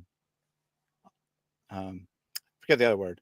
But he later describes her as neurotypical. She's a neurotypical woman. You know, you should just not believe her, because he thinks that's an insult, because he's too stupid to know what neurotypical means. He's trying to say she's abnormal and says she's normal. But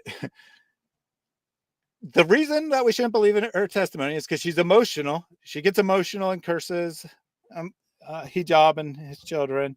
She gets emotional and says, sorry, I was emotional, when the messages weren't emotional at all. She was just trying to give him cover to respond because he had ghosted her. And she sends long, copious messages about what she thinks the Islamic speaker made errors on after Mohammed Hijab asks her to send a long, copious message on what she thinks was wrong with the video. So clearly, she's a very emotional, unhinged individual. But someone who sends the word liar 1, 2, 3, 4, 5, 6, 7, 8, 9 times in less than 1 minute is completely sane, ordinary, rational, professional individual. He's just a professional individual whose replies are 1 or 2 words long, as the video said. Well, I mean, they're 1 word long. I'll give him that. But he sends 9 of them in 1 minute. And that plus, you know, these 2 messages also in the same minute. So he sends 11 messages in 1 minute, 9 of which are the single word liar. And that is your rational individual. So I think, you know, when he says you want money, he's trying to open the way for a bribe, or at least to trick her into saying that she'll take money to shut up, and then he can use that against her. But that's not what she wants. she wants the truth, right? She wants she wants the harm to be repaired. She wants an explanation for what he did to her. And this is what you get. Liar, liar, liar, liar, liar, liar, liar, liar, liar, liar, liar, liar. Very calm and rational individual, I'm sure.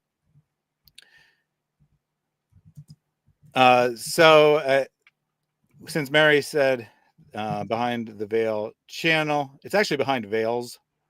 No, the plural, and the link to the video is in the video description, as well as the new video and a link to Abdullah Samir and his wife, the friendly ex-Muslims, going through these text messages, minus this last one. They didn't have this one, but minus this last one, going through the same text messages that I just went through. So if you want to get their opinion on that, check out the video description. Pants on fire, Black Angel says. Yeah. You're only supposed to say 2 liars before pants on fire, though. You're not supposed to say 9 liars. Maybe his phone malfunctioned and he only sent it once, but it sent it 9 times. Maybe that's what happened here. I don't know. All right, so little Missy, which hadith? I thought you knew all the hadith. I thought you knew all the hadith. That's okay, because fortunately for you, Rick Newton put it in a super chat, and I even told you he put it in a super chat, so it shouldn't have been that hard to find. But let's cheated. She got cheated. It was that easy. Yep. Super chat from Rick Newton. Sahih al-Bukhari 6621. Let's get that. O son of Adam, spend. I will spend on you. Give, then I will give you. It's difficult because you know what? These are my last few. As it is, the price is going up, the rand is going down, this is happening. Excuses. Those are excuses. You give and watch what Allah does. All right, you give and you watch what Allah does. And Rick Newton takes that to heart. He wants to see what Allah is going to do for him. There are multiple hadith on this story, just to be clear, but this is the one that Rick Newton chose to highlight. So let's get that on our screen here. Narrated Aisha. Abu Bakr as-Siddiq had never broken his oaths. So there you go. Muslims never break oaths. Until Allah revealed the expiation for oaths. What? Allah abrogated the command not to break your oaths and revealed a different command? Then he said, if I take an oath to do something, and later on I find something else better than the first one, then I do what is better and make expiation for my oath. Now I wonder why. I wonder why Abu Bakr would say this. I mean, this is Sahih Bukhari, right? This is not a da'if hadith here. He's saying that Allah revealed that it's good for you to break your oaths when you find something better. Let's see what Sunan al-Nasai 3411 has to say about this matter.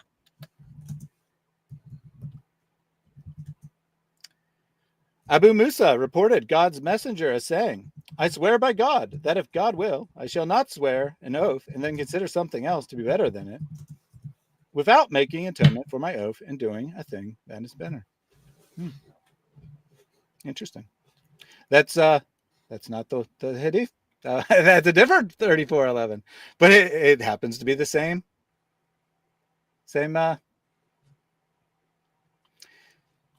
Obviously, it's a different different verse system, so we'll find it differently. I do admit the first one is very interesting because she specifically brought up the verse in the Quran, but then that literally talks about it being abrogated. So obviously I had the wrong reference there, so you cannot trust me ever about anything because I had the wrong verse reference number. Oh, that's just so terrible. So terrible. So Muhammad, let me get the correct. It probably will turn out to be 3411 in a different system, but not on the one used by Sunnah.com. So my apologies about that.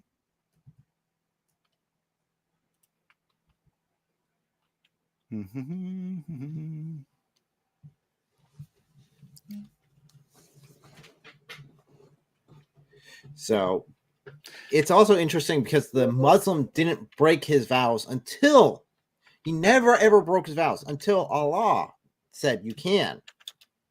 So, in other words, Allah's over there creating liars and deceivers.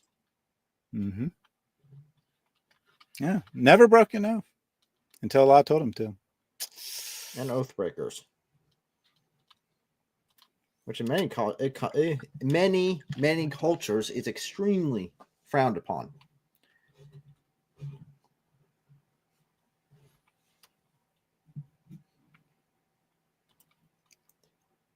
I haven't seen anything recent from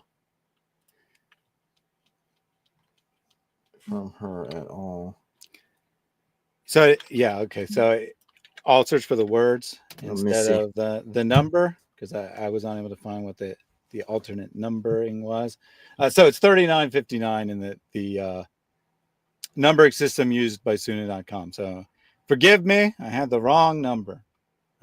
Obviously, you should not listen to me.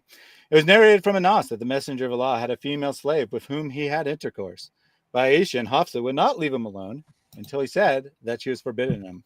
Then Allah, the mighty and sublime, revealed, O Prophet, why do you forbid for yourself that which Allah has allowed to you until the end of that verse? So it's exactly what I said, right? It's exactly what I said. Now, I want to be fair. There are other versions of this hadith that say he broke an oath about not eating some stinky, disgusting food, as opposed to having sex with Mary the Copt. But That's still an oath he's being breaking an broken. oath either way, right? I mean, that's the real point. I mean, yeah, it's probably a little bit worse to have sex with slaves and swear to your wives you'll stop doing that when they complain. But either way, it's breaking an oath. Narrated from Anas, the messenger of Allah, a female slave with whom he had intercourse. That would be Mary the Copt, based on other sources. And Aisha and Hafsa would not leave him alone until she said that she was forbidden for him. Said, nope, I won't have sex with her anymore. Then Allah, the mighty and sublime, revealed, O Prophet, why do you forbid that which Allah has allowed you? And if you continue to the end of the verse, which the hadith does not, you'll see it's about breaking oaths. I'm just a David Wood wannabe. Okay. Got any actual response to anything we're saying here? Oh, wait. Oh, so where's the oath now? Oh, he only said it was forbidden. He didn't say it was an oath. Oh, I'm so sorry. It doesn't say the exact word oath in that particular scenario. Don't you know by now they're obsessed with exact words? They can't think themselves. It's got to be exact. It is 3411 in a different numbering system.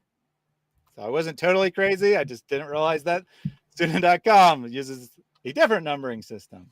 So shame on me, right? Shame on me. I will correct it in my notes for the next time so I don't go to the wrong one first. It was funny that the thing that it pulled up was actually about oaths. Even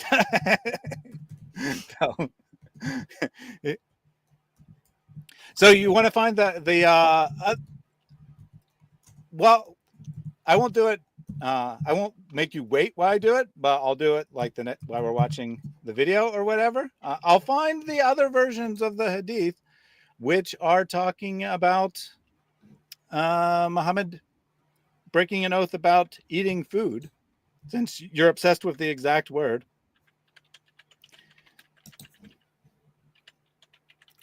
She doesn't care that that Muhammad was having sex with a slave in the beds of his wives, and that he told his wives that he wouldn't do it anymore, as long as he didn't swear an oath about it. Right? He can lie to them. He can break his word, but if he swears an oath, that's different. Until, of course, we see the exact word oath in a different hadith, and then well, my prophet's still perfect. Allah told him he was allowed to break oaths. So there you go. All right. So I will find those hadith, but we're going to watch I'm just going to say badass response from the Behind Veils channel in response to Hijab's attempt to intimidate them. It says, "My apology regarding Mohammed Hijab." You see, he's going to retract everything. He's going to come out and say, "My bad. Hijab was innocent." Assalamu alaikum wa rahmatullahi ta'ala wa barakatuhu. I come to you today with a heavy heart, a heart full of regret, a heart that has come to realize I made a grave error. And so today I issue a formal apology regarding Mohammed Hijab. This is an individual who has amassed credentials, who's been listed amongst the top 500 most influential Muslims in the world, who engages in high-level academic discourse and debates atheists, liberals, feminists, you name it. It was wrong of me to question such a man without evidence. I mean, who am I to believe a woman, a sister, a mother, a believer who cried sore by Allah and shared her trauma publicly without first conducting a full Sharia court-style investigation complete with forensic teams and 5 notarized witness testimonies? So yes, Mohammed Hijab, I apologize. So there you go. We can stop the video. He apologized. Mohammed Hijab is completely in the right. He should have taken this to Sharia court, because we all know there's Sharia court in the UK, and had 5 witnesses. I think he chose the number 5 intentionally. Why would he choose 5, your brother in Christ? I don't know. Does that have something to do with Sharia law and the requirements for proving rape? Mm-hmm. But correct me if I'm wrong, but I believe the number of witnesses is 4.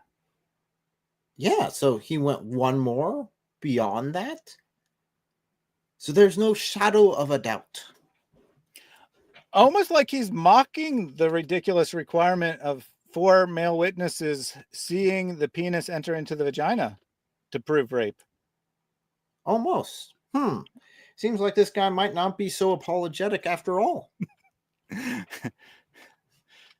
Yeah. Odd. Let's go ahead and see what else he has to say. I apologize that I didn't expose you sooner. I apologize that I showed restraint. I apologize that I tried to protect your name and reputation even when you showed no regard for the sister you harmed, the sheikh you threatened, or the people you gaslit. I apologize that I gave a coward the benefit of the doubt. Ooh! He wasn't genuinely apologizing. Shocking. Shocker. This is the best apology video I've ever watched. Mm-hmm. It is kind of a classic YouTube apology video, though, because people are, like they get themselves in trouble. Not like, Muslims per se, but, these influencers, they get themselves in trouble and then they're like, I'm going to apologize for my inappropriate actions. And then by the end of the video, they end up not apologizing at all. Yes, exactly. Just the previous night, this is the message I received directly from Mohammed Hijab. It has been suggested. Oh, look, we have some more text messages from Mohammed Hijab. I'm sure these will be very professional and friendly. Don't you think? Yeah, not a single threat in it at all. I'm sure. I have not watched this video. All right, well, let's see. Clear. Suggested in your messages that you intend to present what you claim is damning evidence. Let me be clear. At this stage, any evidence you put forward would necessarily be fabricated, whether by you or by the subject. Oh, you see, there is no evidence. Anything you put forth must be fabricated. It's all a lie. It's all made up. There's a conspiracy theory out to get Hijab. And do note that I think that the Beyond Muslims guy is or Beyond Muslims. I wish Beyond Veils guy is mocking Hijab here as well, because he slightly changed his voice, but it's still him speaking. Oh yeah. Here's tactic number 1, preemptive gaslighting. He doesn't wait for evidence to be presented. He discredits it before it even exists. That's a classic narcissistic move. Redefine reality before it unfolds. Frame the narrative early and plant doubt. He continues, Before he continues, do you agree? Is that what hijab is doing here? That's what Islam does all the time. I mean, Little Miss down there in the comments section was doing it earlier too. Mm-hmm. Was classifying, saying whatever you bring, it's obviously fraudulent because I know everything about Muhammad. Mm-hmm. They do this all the time. So no kidding, Mohammed Hijab is doing it. This is how he's been taught to do dawah. He doesn't know how to be honest. Mm-hmm. Let's continue. In writing to make one thing clear, the information we possess is not only authentic, but far more damning than anything you might contrive. Here's tactic number 2, threat of counter exposure. He's not denying the allegation. He's threatening to reveal, quote, damning information, implying blackmail, without actually revealing anything, just enough to instill fear. Vague, ambiguous, and intentional. He then states, yeah, I'd say that's about right. Well, he also did the same thing in the text messages that we just went through. He did the same thing to her, and I wonder how much of the tactics are going to line up the same, because he did the same sort of vague threat. You know, you don't want anyone to know that this was your reputation, right? Mm-hmm. We have maintained extensive and precise notes on your conduct, including your involvement in the matter with Dunya. When these facts emerge, your credibility will be irreparably destroyed. So, for context, for people who haven't necessarily paid super close attention to this, before any of this was public, Hijab made similar threats. The ex-wife of the speaker's name is Dunya. There was apparently a messy divorce. There are accusations floating around out there against the speaker. And Hijab says, I mean, this is really... what's the word for it? Nasty? I mean, evil, but I'm looking for a better word. Diabolical. Backstabbing? Right? Well, no. Okay. We've maintained extensive and precise notes on your conduct. We, Mohammed Hijab and his friends, we've been watching you. We got a book, right? We know all your skeletons. We're ready to reveal them if you continue on this matter. That's next level evil. Just think of that. They would have had to have not that known about it prior and kept records on him during the entire time in order to have this information. So they're preparing things ahead of time. If what he is saying is correct, which may not be, he might just be making a blanket false claim here, false threat. All right. In case Missy's still here and hasn't given up, we got Sahih Bukhari. Still yelling in the chat down there. We got Sahih Bukhari, chapter 83, Oaths and Vows. The chapter on oaths and vows. Hadith number 6691.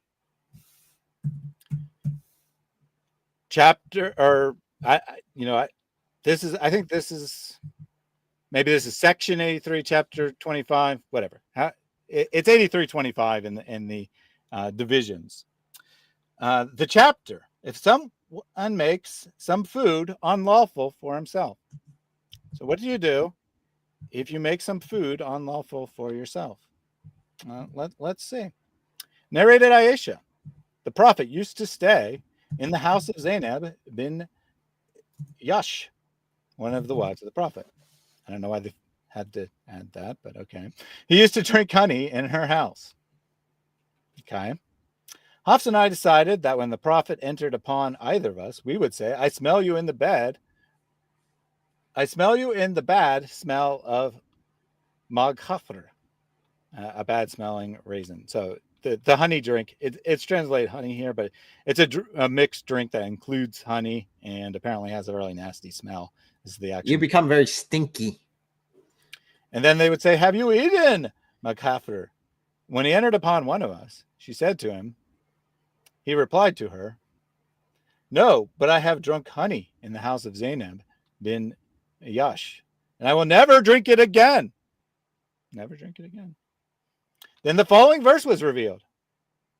O prophet, why do you ban for you that which Allah has made lawful up for you? All the way up to, if you have two wives of the prophet, turn in repentance to Allah.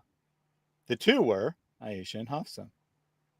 So this verse 61 through 63 are about the two, right? Is about Aisha and Hafsa.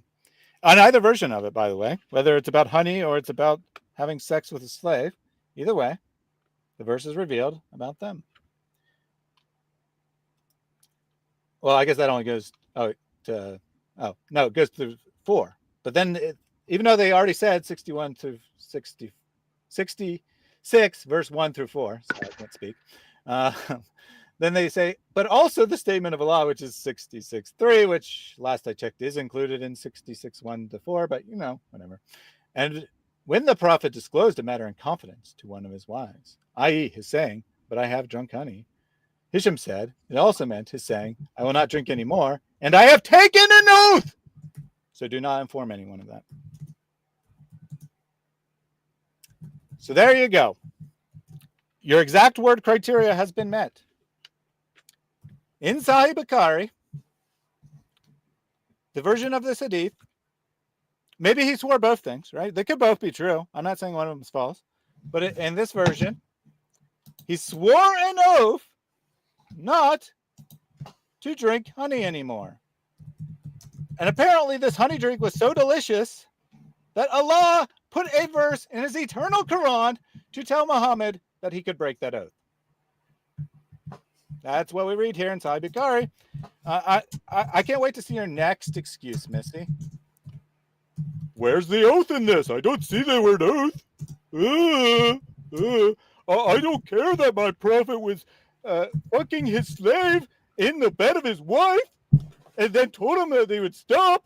I don't care about that. The word oath isn't there. So he never broke an oath. He's a very good guy. He just likes to sleep with slaves in the bed of his wives. Nothing wrong with that. But he did swear an oath about drinking honey, didn't he? Check and mate, I believe. All right. I am going to go ahead and prophesy here that it's not going to make the slightest difference to Missy. She's not going to care about it. But I did want to prove myself to not being a liar. Well, she's still in the chat somewhere. Stop imitating David Roddenwood. I didn't know I was imitating David Wood. You weren't. That's not Christian speech. Well, as far as I know, David never says fuck, but I don't give a fuck. I'll say fuck if I want to. Okay? Only when it's appropriate, though. And when it's describing the behavior of a rapist, I think it's an appropriate word to use to describe his behavior. Do show me the Bible verse that says do not use the word fuck, though. I would exact wording. Thank you very much. Yeah, exact wording, right? And by the way, David doesn't do that. So I guess I'm not imitating David after all. Oh, too bad. Mm-hmm. And Quran OnlyFans predicted the hadith, or maybe as I brought it up anyway, was trying to get Missy to pay attention. Maybe Missy left, which would be such a shame. I can still add her in the chat, so she's here. I also see this claim from Little Missy. Quran explicitly forbids muta. You need to read seriously. No, I prefer to green, maybe blue. But do tell me the verse of the Quran that forbids muta. And also we're talking about Misyar, which, as any Sunni Muslim will tell you, is totally different. Not the same thing as muta at all. So there you go. I don't even know why you're bothering. Oh, there we go. Oh, how strange. How strange. Missy didn't say anything about the hadith where her prophet swears an oath. Nope. But she quotes the Quran here. Permissible for you in marriage are chaste women from among the believers. And this is so funny. She added muta, right? That's not it. That's not in the text. Permissible for you in marriage are chaste women from amongst the believers and from amongst those who have been given the scriptures, desiring chastity, not unlawful sexual intercourse. Now, I know that we're not all great Islamic scholars like Mohammed Hijab, but does, in your understanding, Eric, does muta mean unlawful sexual intercourse? No, it's lawful. Completely and utterly lawful. You see, it's after marriage, temporary marriage, but marriage nevertheless. So it's completely lawful. So muta would not be considered unlawful sexual intercourse. Yeah, you can't just insert what you want to be unlawful there. And I do believe there is a word for unlawful sexual intercourse. Probably I don't know. I don't have the Arabic memorized, but I'm betting it's the Arabic that's been translated as unlawful sexual intercourse here. What is that word? Is it muta? Nope. Is it zina? Is it zina? Might be zina. I don't know that one. It is zina. So the Quran says that you're not to engage in zina, and because little Missy is more knowledgeable about Allah, more knowledgeable what the Quran means than Allah, she says, Allah is the best of all communicators. When he says, do not engage in zina, he means do not engage in muta, which are not the same thing. But she also said, where's the oath? Hey, no problem. No problem, We little miss. gave you that. Let me bring this back up on your screen here. Sahih Bukhari, Hadith number 6691. I'm not going to reread the whole thing again. Hisham said it also meant his saying. Now, who is the his here? The Prophet. Hisham said it also meant the Prophet saying, I will not drink anymore, and I have taken an oath. So not to inform anybody of that. So where's the oath? I don't know. I have taken an oath. Yeah, you're right. You're right. There's no oath in this.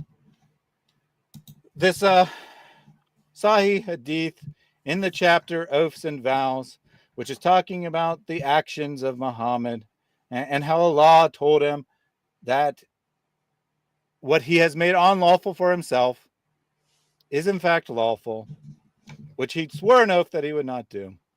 Yeah, you're right. You're right. There's no oath here. I'm sorry. I'm sorry. I guess the word oath doesn't mean oath. Darn. You're right. Muhammad never broke an oath. We should just stop. We should just stop believing in Sahih al-Bukhari. Actually, I think that's a good idea. I think you should stop believing in Sahih al-Bukhari. But not also continuing to believe in Muhammad, because you have no other source other than your Sahih sources for what Muhammad said. And you can't follow Islam without them. I think she tried to make a response. Oh, she did try to make a response? By try, I mean absolutely failed. Not horribly, another but way. She said not again, make things forbidden which Allah has made halal. Same as before. Oh, same as before. So she's admitting that it is okay for. Does this actually make sense, your brother? No, it doesn't. In fact, so if I say, like, as a Muslim, just hypothetically, because we all know that would never happen, but let's say I become a Muslim, and I say, you know, I'm going to fast today. Well, Allah has, I'm forbidding myself from eating food today, but Allah made food halal. I can't do that. Oh my gosh, I can't do that. I can't voluntarily give something up.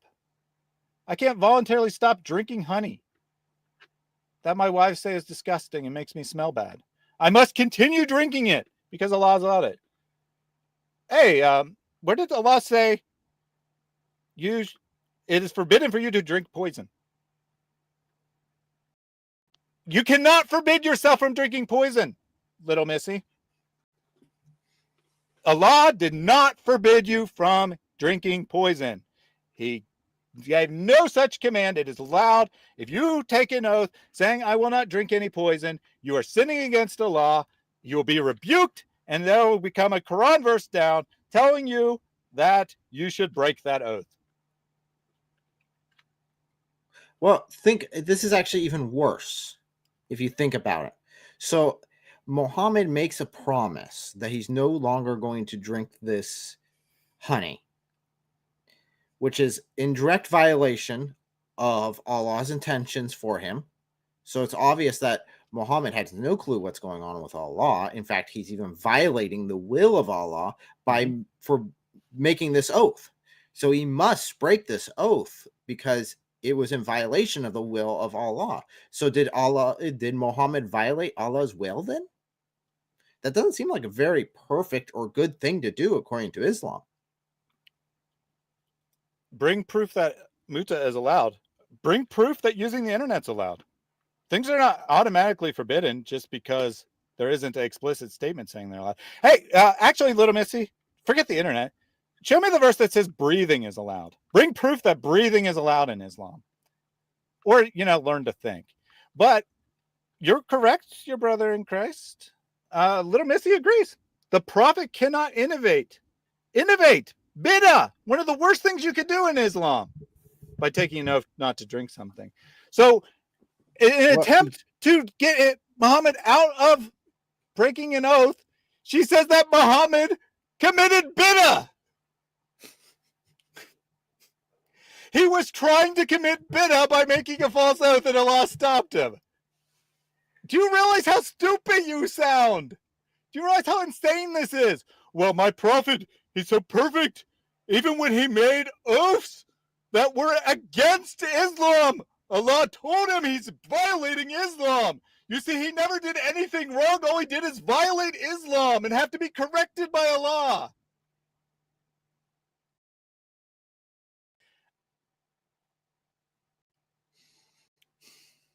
It's the same thing. Prophet's not allowed to make honey forbidden if Allah made honey allowed. He didn't make it forbidden. Little Missy. Nope. He said that he personally would not drink it. Are you personally saying you won't drink poison? Because Allah didn't make any law. Allah did not make any law forbidding poison. You're right, little Missy. Muhammad is not God. He can't make laws in Islam, except definitely does. Where do your laws come from?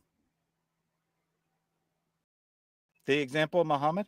And besides, you're missing the whole point. Straw man. You're so stupid. And yes, that's an ad hominem. You can put that in your little, type that in, ad hominem. This is an ad hominem fallacy. Now that we got past that, I am taking your argument, almost word for word, putting in other words, and you said that's a straw man. You said that Muhammad can't forbid himself from drinking honey because Allah didn't tell him to forbid himself from drinking honey.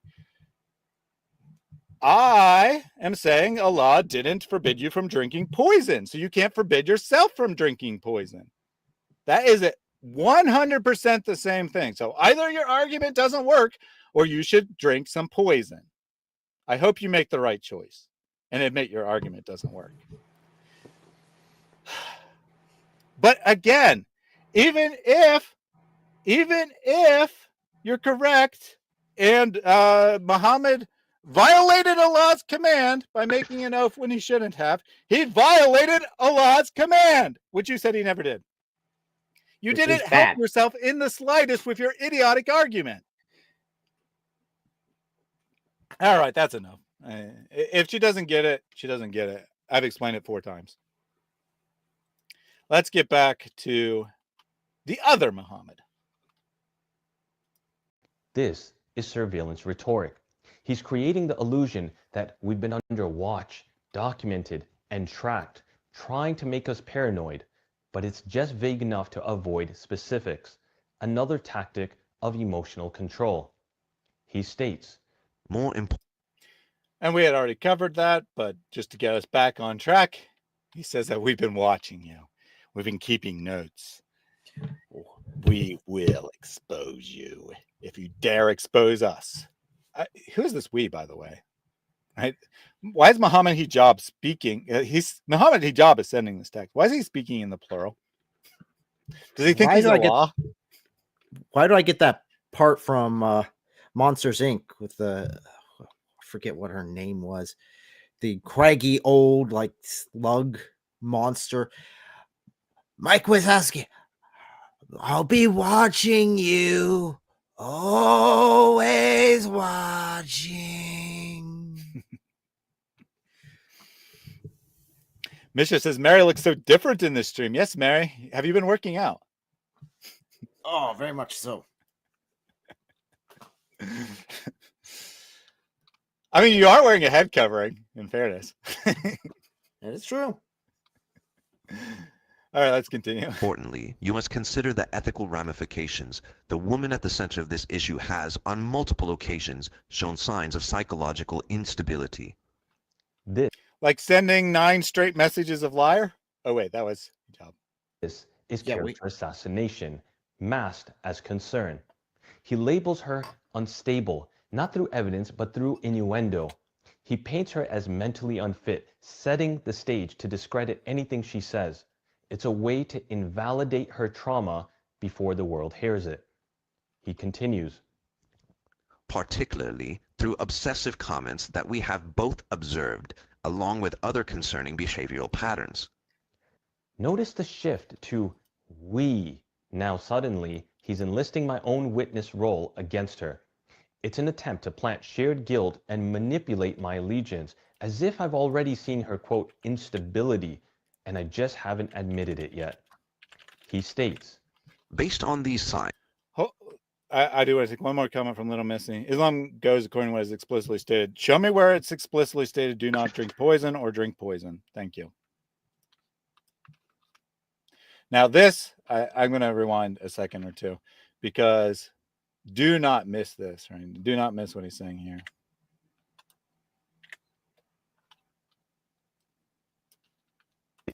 He states, based on these signs, there is a very real danger that she may harm herself under pressure. I don't know about anyone else, but when I heard that, I was like, that is just about the most evil thing that anyone could possibly say, right? You should stop exposing me and my grave abuse of this woman, because if you expose me, she might harm herself. She might try to commit suicide.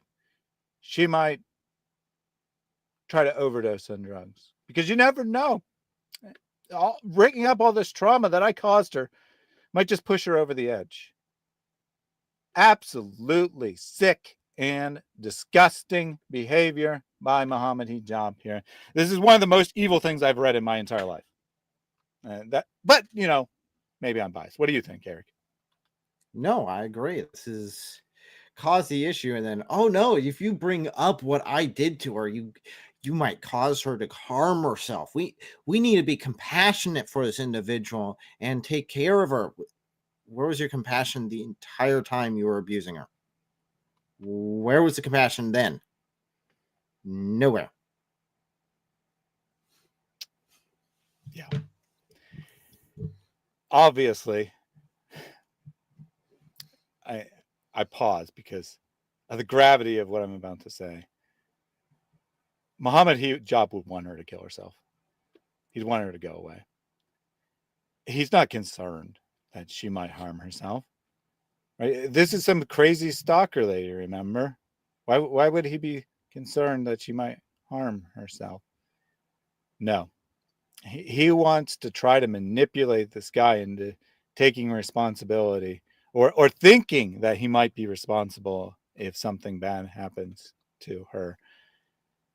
No, there's not a threat here yet.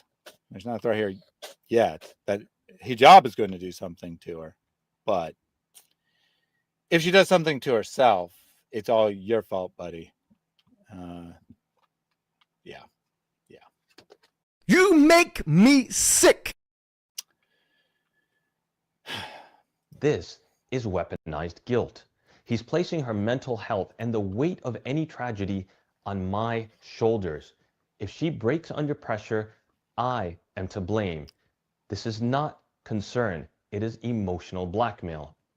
He continues by saying, should that happen, the psychological toll on her side would be deep and enduring.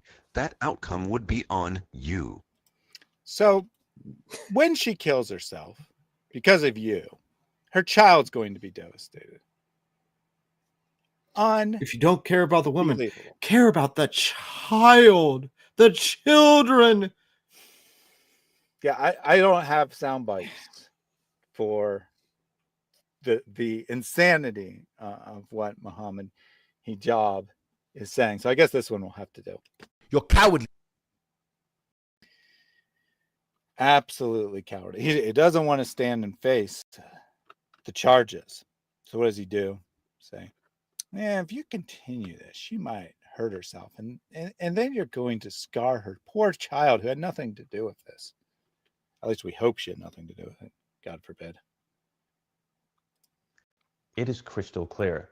He's trying to paralyze me with guilt, trying to make her life and her daughter's well-being my burden, not his, even though he's the one who caused the harm.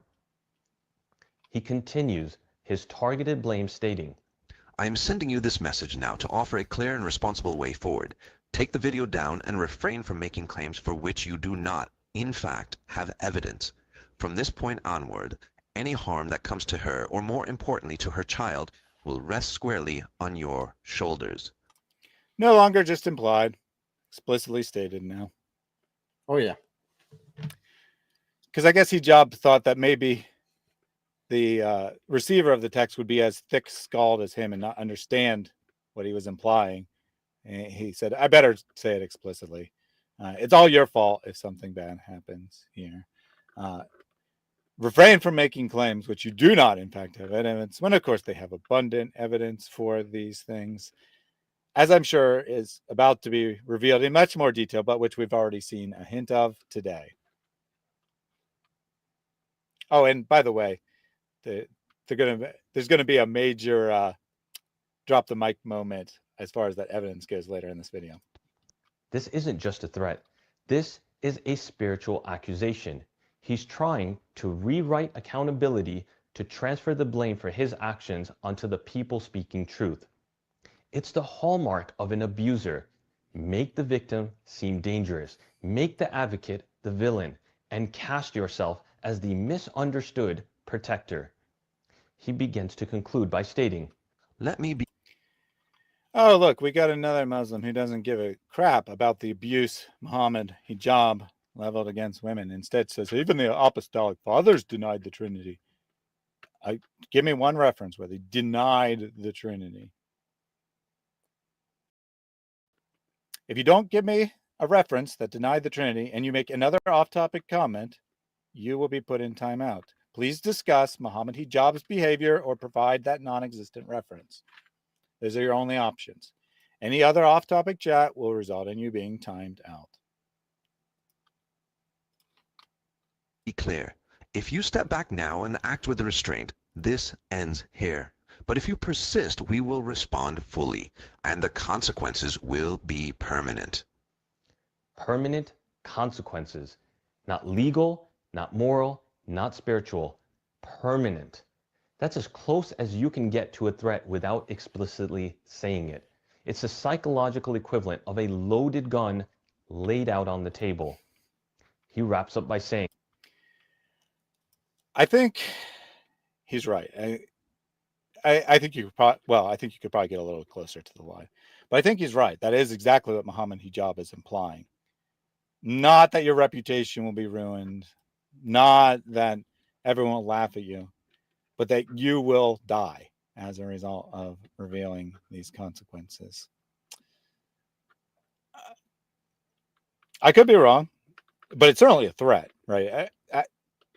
Slightly debatable whether it's a threat on his life or not, but it's certainly a threat, right? It's certainly a massive threat. It's a threat of something, but it's so extremely vague with still being a valid threat that, I mean, that's pretty close to as far as you can go without outright saying it.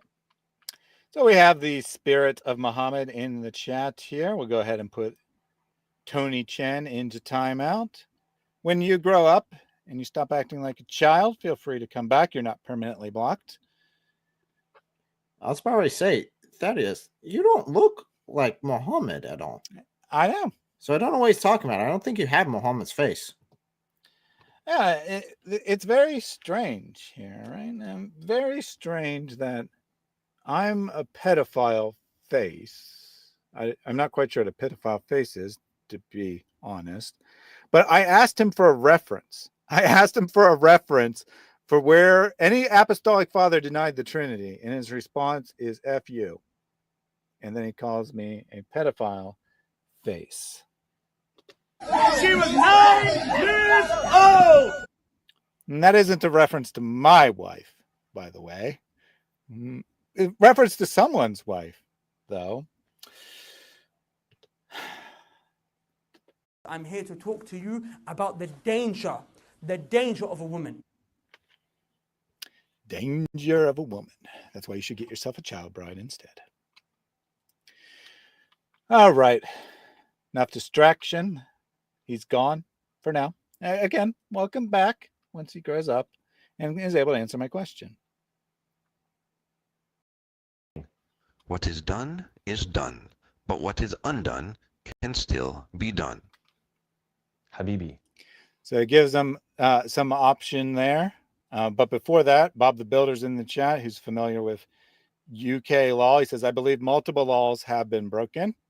Law about threatening communications, the law of harassment and incitement of violence, controlling and abusing women is also a crime in the UK.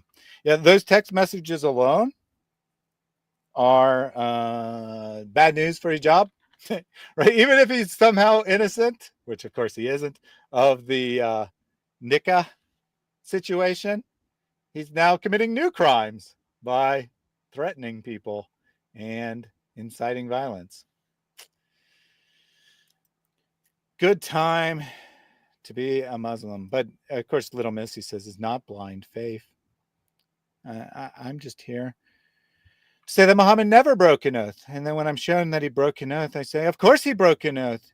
He was committing bid'ah, and he had to break his oath by committing bid'ah. So all you did is transfer the crime. But sadly, many Muslims will continue to have blind faith, not in Allah, not even in Prophet Muhammad, but in Mohammed Hijab, because he destroyed David Wood in that debate 6 years ago when he said that Allah prays for the Prophet, not to the Prophet. Unlike David Wood, who said that Allah prays for the Prophet. We do not need Shakespeare here. Cryptic, ominous, deliberately unsettling. It's the final intimidation tactic. Great line. Habibi, we don't need Shakespeare here. Get over yourself, you pompous jackass. Yep, that'd be the sum total of it. Message is clear. Back down or brace for destruction. And yet people will still ask me why I didn't stay silent. These are the words of a man who refuses to face allegations directly, who hides behind AI voiceovers, shadows, and vague threats, yet accuses others of cowardice. Let me be clear. I think we need to get that Mohammed Hijab back up there. Accuses others of cowardice, huh? Surely he never did that. You're cowardly. Not fear your threats. I do not fear your power. I only fear Allah subhanahu wa ta'ala. And if this message was meant to silence me, all it did was light a fire. This isn't concern, this isn't care. This is psychological warfare, blackmail, intimidation cloaked in fake compassion, weaponized guilt used to silence us, and worse, to place a sister's potential harm on our shoulders, when in fact it was you, Mohammed Hijab, who shattered her life. I think that when Mohammed Hijab watched this video, which I'm sure he has, to use his words, he was literally shitting himself. I don't have that on my soundboard, but that is something that Mohammed Hijab said. I should add that to the soundboard. I just saw it yesterday, actually, or 2 days ago, while I was working on a project of a music video with that'll be featuring Mohammed Hijab. But he says to the Israeli military force, he says the Israeli military forces are literally shitting themselves out of fear for Hamas because they just want to sit in their bunkers and launch missiles instead of face someone face to face. And then he says that Ben Shapiro is shitting himself at the thought of debating Mohammed Hijab. Clearly the words of an intellectual giant there. And that's probably what happened when he watched this video, because that statement was absolutely terrifying to a pathetic manipulator like Mohammed Hijab. Do you think he really wants to fight someone? Of course not. He just wants to intimidate and win without conflict. Claim we lack evidence. Trust me, it is coming. But then why threaten us? Why try to guilt us with the child of the woman you yourself used and discarded? If we were nobodies and she was just a crazy stalker, you wouldn't have to resort to deleting comments, using AI voices, and releasing slanderous videos filled with secret recordings and manipulated sound bites. You released a 15-minute video response, and yet you were too cowardly to speak for yourself. You had to use an AI narrator to try and divert attention.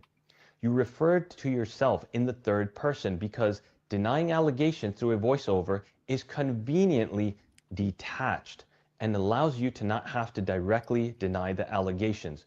You couldn't even say the words, "I deny it." Why? Because you can't. Not a single direct denial, not a single appearance, not a single oath against the sister's testimony. You couldn't even do a proper mubahala. Here, let me help you. Repeat after me, Mohammed Hijab, the exact phrase used for mubahala. Allahumma anil kadhiba minna. Oh Allah. For those who don't understand, this is like the most serious thing a Muslim can do. This is the ultimate. This is like beyond swearing to tell the truth in court. It's the most extreme thing you could possibly do. Most Muslims would never do it, no matter how truthful they believe themselves to be. And he's just like, come on, do it. I'll do it right now. And this is the guy that Mohammed Hijab thinks he can intimidate. It's like, I do not care. I know I'm right before Allah. Of course, we disagree and think that Allah is a demon, but he thinks that he's right before Allah. He's like, I stand behind my faith. I stand behind my belief in Allah. I don't care what you think. I don't care what anyone thinks. You can drag me through the mud. You can destroy me. Guess what? I'm ready. Battle is coming. And then he says the magic curse words, which to us is kind of silly, but to a Muslim, that is extremely badass, him saying those words in this video. Now, Mohammed Hijab had a decision to make. He could have come out outright and just said, nope, this didn't happen, which he's saying no, he didn't use the voiceover as a third party to do. Or he could have just came out and owned it and said, you know what, I screwed up. I'm not perfect. I'm not God. I'm not Mohammed. I screw up. I make mistakes. I'm going to make this right, but I make mistakes. Yeah, that option I can respect, at least in some regard. Not so much in the lying, manipulation, trying silence, trying to cloak and dagger this garbage out the wall, sort of pander it down to nothing. That's just cowardly. When it comes down to it, it's cowardly. Of course, we got little Missy saying, who is this fake Muslim? Yeah, he's totally fake. I mean, he just confesses that he believes in Allah and Allah alone and doesn't care about popularity or social credit or fame or fortune or anything like that. All he believes in is Allah. Yeah, he's totally a fake Muslim. Because we all real Muslims care way more about how many social media followers they have than the words of Allah. I think that's the implication here, because Missy obviously says that Mohammed Hijab is a true Muslim. He has lots of followers. He can beat his chest really hard. So I think we know where little Missy stands. She's ready to follow Mohammed Hijab, the partner beside Allah that she believes in, straight into the grave, straight to hell. And that's all there's for him. This is a fake Muslim. Gossip is a very big crime. A real Muslim will know that. It's not gossip, Missy. Do you not know this? Do you know? Or do you not know what's going on here? So they did everything Islamically proper. They sought sheikhs. They sought the elders who are supposed to oversee Mohammed Hijab, that supposedly keep him on the right path. Took all this to them. They have abundant evidence. They showed the contract. They got the sheikh who was at the marriage to testify. All in an attempt to solve this behind closed doors, which you're right, you're supposed to do in Islam, because Islam is not about righteousness. It's about shame, or avoiding shame, I should say. That if you bring shame, it doesn't matter if it's truth or not. You should never bring shame. But guess what? It didn't work. Hijab didn't follow the process. He refused. And so now they're doing the proper thing and bringing this to the community, to the Islamic community, right? They're not bringing it to me. I'm the only one willing to talk about it, because all your Dawa guys are cowards, pathetic losers who are happy that hijab abuses women because they want to do it too. But he's trying to bring it to the Ummah. He's trying to draw attention to remove abusive authority figure. It's not that he's trying to undermine Islam. He's trying to remove an abusive authority figure for the benefit of the Ummah. And you say he's a fake Muslim because he's gossiping. Do you even know what gossip means? It doesn't mean telling the truth based on evidence. It doesn't mean making public statements, putting it out for everyone to see. Maybe you should buy yourself a dictionary in addition to turning your brain on and remembering that you told me that Muhammad never broke an oath. And then when I showed you a broken oath, you said, of course he broke an oath. Allah made him. And you just don't care. You just don't care. Her saying that gossip is the biggest sin in Islam. That's the biggest sin. Mm-hmm. Does she not know about shirk?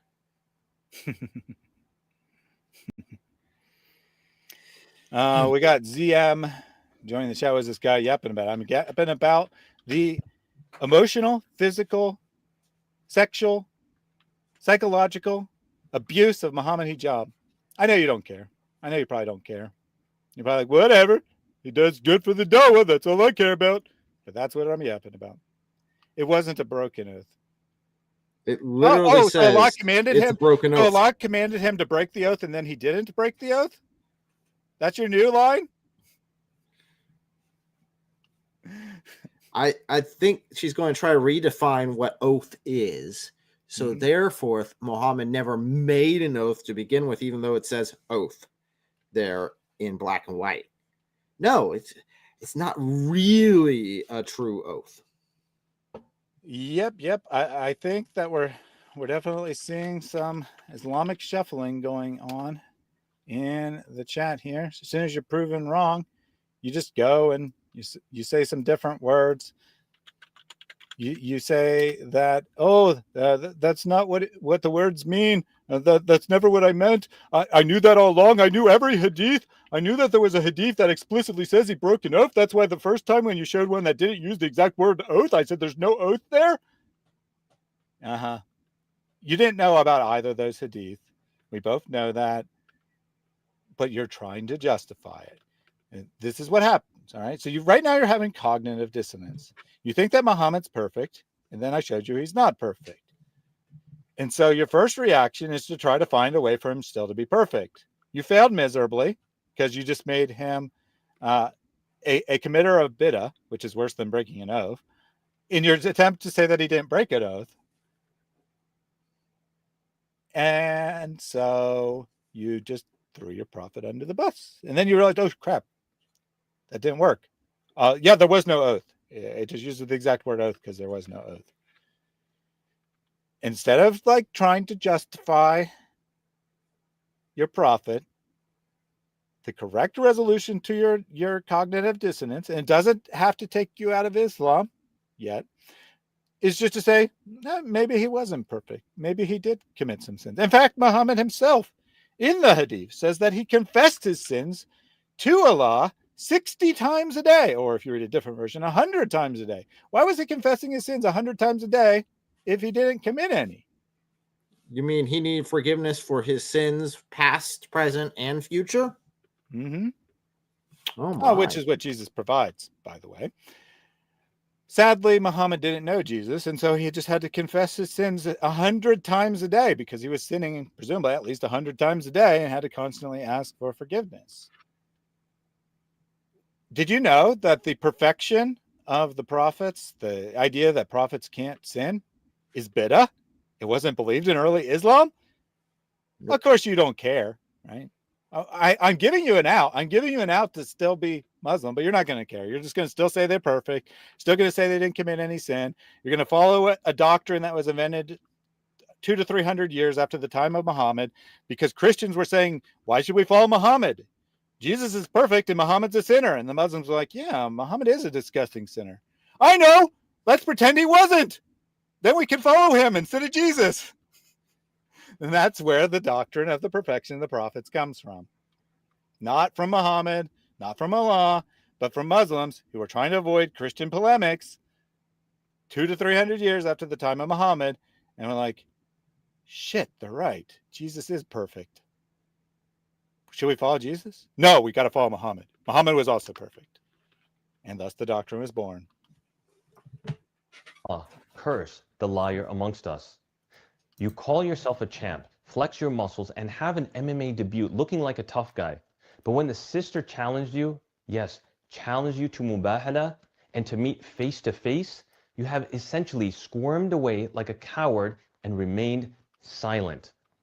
Instead, you gave... that, again, major smackdown here, right?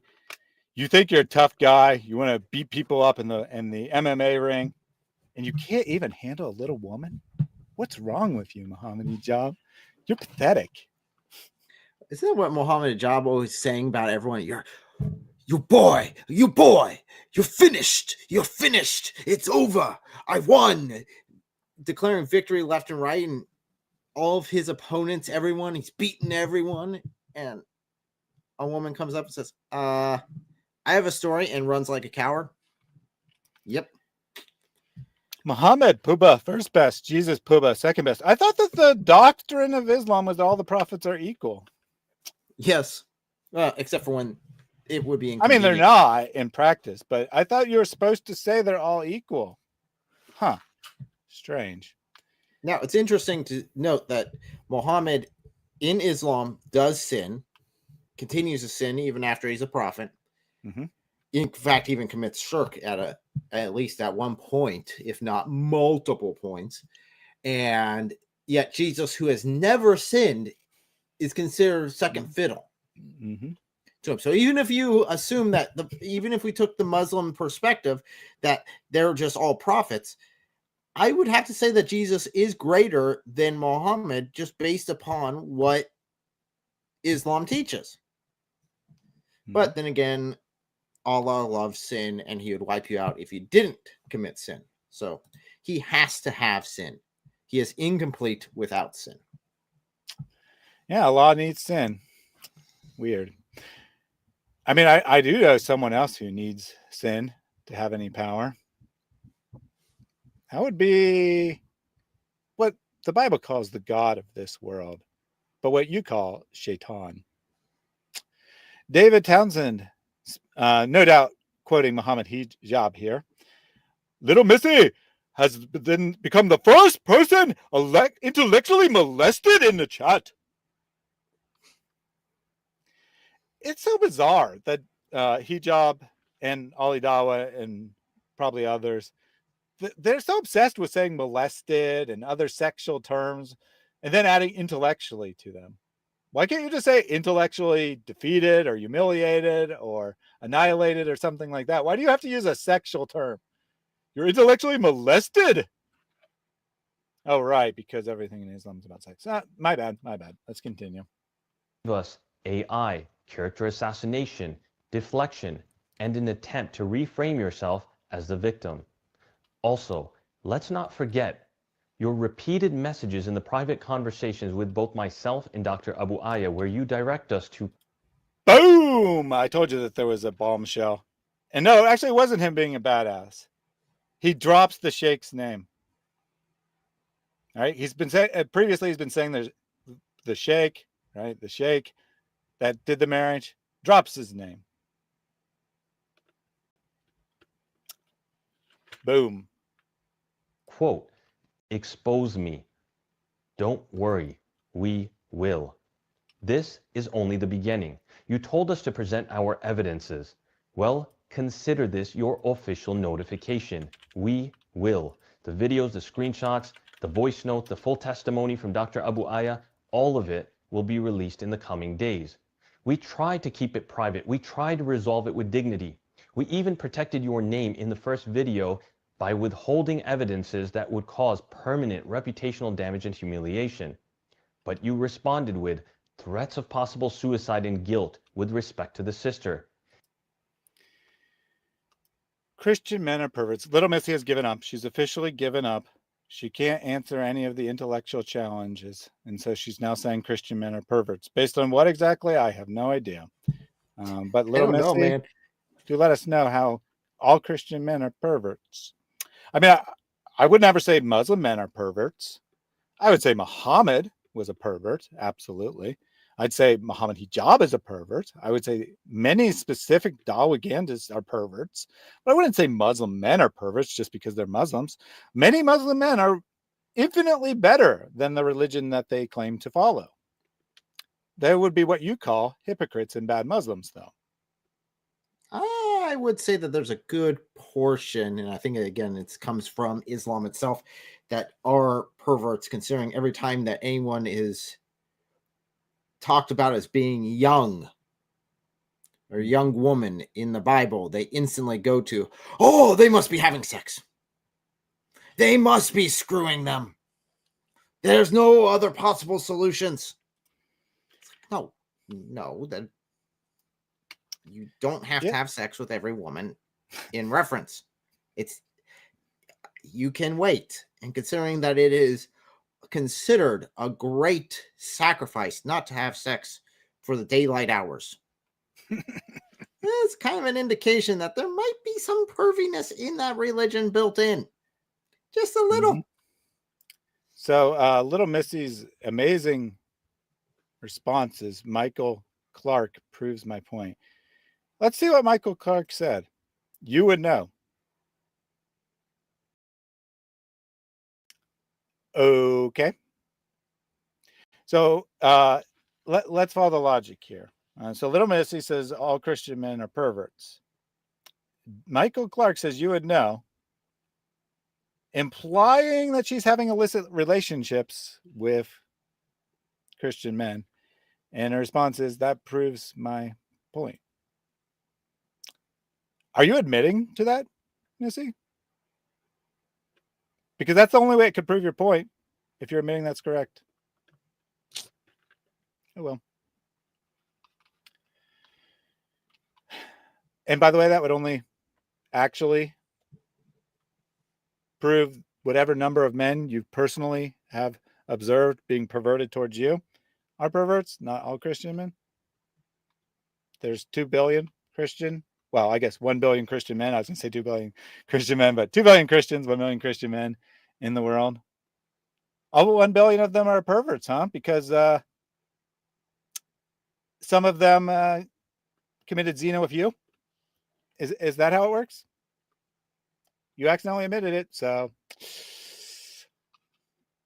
Claims that the sister is unstable and a slander campaign against the sheikh, leading him to vomit and go to a hospital the very next day. You are not safe behind your screen anymore, Hijab, not from truth. You are a danger to women, to scholars, and to yourself. What gives me the conviction, the fuel to speak against powerful, protected individuals like you, Hijab, even as the world is stacked against me? It's my unwavering belief in Allah subhanahu wa ta'ala and the reality of the Day of Judgment. They can strip away my name. So Little Missy says that I'm being perverted now because I followed the logical conclusion of her arguments. But, you know, when Mohammed Hijab told specific women to get on their knees before him as he whipped them, that wasn't being perverted at all. When Mohammed Hijab came into the chat and said about 24 times, "Give me a golden shower, golden shower," that wasn't perverted. And he also said, "You're a gimp. You're a gimp," which I had no idea what that meant. And most normal people have no idea what that means either. But apparently it's some sort of sexual perversion. Yes. I only know the term being a slang way to insult disabled people. But that's not what Mohammed Hijab meant. It's something else, something sexual. But he's not a pervert. Not a pervert at all. When he said that what Christians do is urinate on one another, that wasn't being perverted. No. But when I say that Little Missy says that Christian men are perverted from her own experience, that means I'm being perverted. Got it.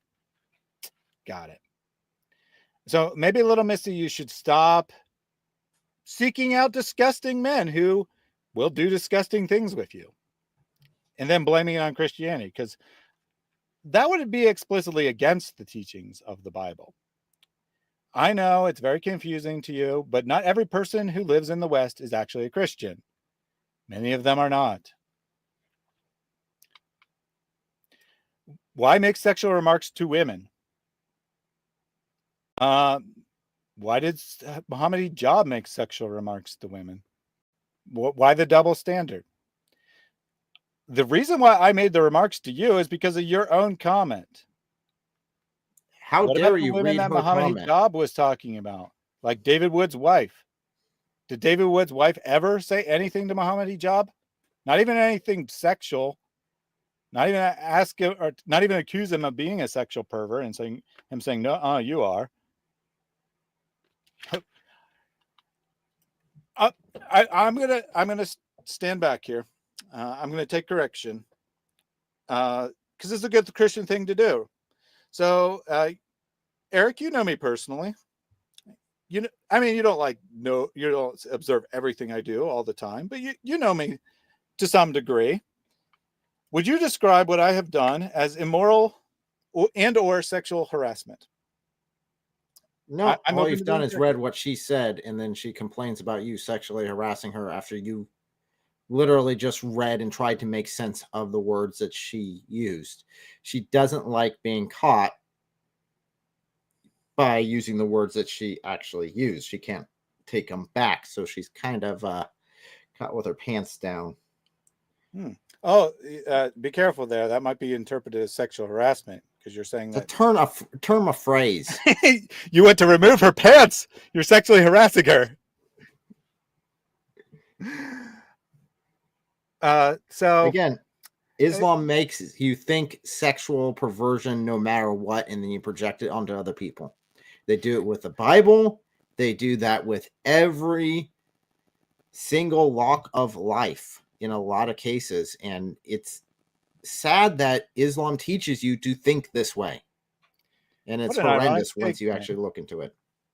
Why make things sexual in so many of you? You said Christian men are perverts. You're the one that brought it up. You're the one that said it. The term pervert almost exclusively is used to refer to sexualities. So what did you mean if you didn't mean something sexual? Why did you make this sexual? Why did you say that Christian men are sexually perverted? Are you just like the biggest hypocrite? Oh, the other guy did it too.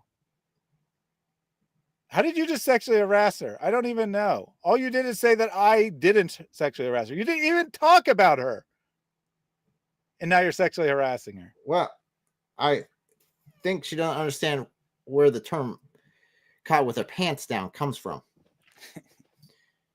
Oh yeah, they do. They act this way all the time. Muslim men never behave this way. So again, little Missy, this is going to be my last comment to you.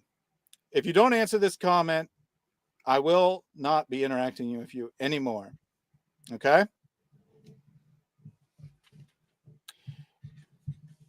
When Mohammed Hijab said that he wanted women of prominent critics of Islam to bow before him as he kneel before him as he whipped them into submission, was that perverted or normal? When Mohammed Hijab went into a group chat and started saying, "Why don't you give me a golden shower? Why don't you gimp with me?" Was that perverted or normal? When Mohammed Hijab said that urinating on one another is what Christians do, was that perverted or normal? Because in my life, I have never heard anyone other than Mohammed Hijab talk about urinating on people. Literally never has come up in my thousands, if not tens of thousands of conversations in my life. I have never heard anyone say why they just like to urinate on one another. And that's what they do. Except for Mohammed Hijab. He's the only person I've ever said that. All right. I will take correction from the chat, however, and stop feeding little Missy and concentrate on the main subject here. Because she obviously is not in a position where she's ready to think today. Hopefully she'll come back a different day and start thinking. Yeah. By the way, there was one other comment. Yeah. She doesn't understand what the phrase "caught with your pants down" means. That was the accusation against me. Okay, then. I can't help. I was joking, right? I was completely joking. I didn't think she would actually misunderstand. I was completely joking when she said that she'd take that sexual harassment, but then she actually did. Yep. Oh my goodness. Oh, and by the way, this whole topic is sexual by its nature, so we're not making anything sexual. Mohammed Hijab sexually abused a woman. Yes, this conversation is sexual in its nature. No, I'm not going to block. I don't do that. I don't. So the question is, why don't you block her? I don't block people for being on topic. Right? I don't block Muslims because they come in and have questions. How are we ever going to reach Muslims if we just block them as soon as they come into our chat? The whole purpose of doing this is to reach Muslims and help them get out of the demonic religion that brainwashes them to think the way that Missy thinks.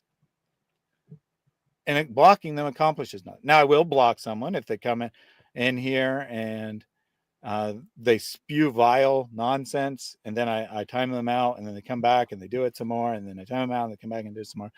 There are circumstances where I'll block people. I will block someone if they come in here and start spamming porn sites, which is usually just a bot. It has nothing to do with Islam, right? But I'm not going to block someone just because they are interacting. That's what I want Muslims to do. I want Muslims to interact with the chat. All right. Enough of her for today, though. Let's continue. Life, but they will never be able. So let's get that back. Be able to stop a movement fueled by sincerity, driven by our trust. Somehow I didn't actually go backwards. As the world is stacked against me, it's my unwavering belief in Allah subhanahu wa ta'ala and the reality of the day of judgment. They can strip away my name, my reputation, even my life, but they will.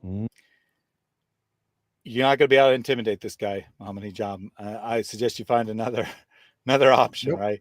You can humiliate me. You can even kill me. It's not going to stop me. Never be able to stop a movement fueled by sincerity, driven by our trust in Allah, and rooted in a mission of truth and justice. For those of you watching, know this. It is Islam, not any man, that gives us a framework for justice, a system of divine law that protects the innocent, checks the powerful, and upholds dignity. The blemishes, the stains, and the trauma that people suffer are not because of Islam. They are because of men who wear the garb of religion while following their own nafs. I disagree. It is actually because of Islam. There's some serious taqiyya going on around here. I think he honestly believes it. Oh, he probably does. He just is not versed in Islamic law and does not know that what Mohammed Hijab did is within the Sunnah of Muhammad and definitely is welcome under Sharia law in a lot of ways. Their own desires. They are not representatives of this deen. And we will not today, not ever, let these men be the brush that paints and defines our perfected religion. After the message Mohammed Hijab sent me the previous night, he sent a message through a well-known da'i who stated, he mentioned that he has potentially 3 du'at, big du'at that may be possible to record reputations warning against you, but that Hijab is obviously holding off on that. Subhanallah, additional threats to blackmail me. I'll make this easy for you and your cronies. I am a nobody.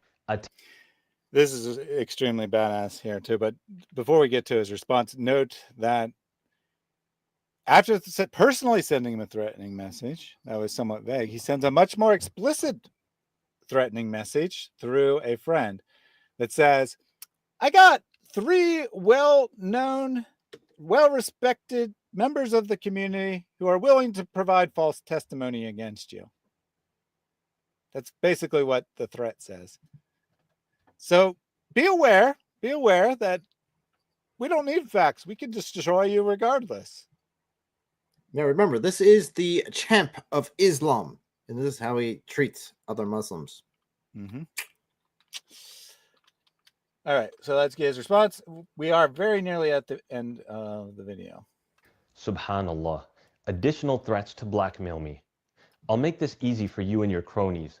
I am a nobody. Attack me, humiliate me, dig up whatever you want. Whatever character flaws you want to attribute to me, multiply it by 100. But what I won't accept is the silence of our institutions when a man uses the religion of Allah to deceive, exploit, and manipulate women and cast threats to cover their tracks.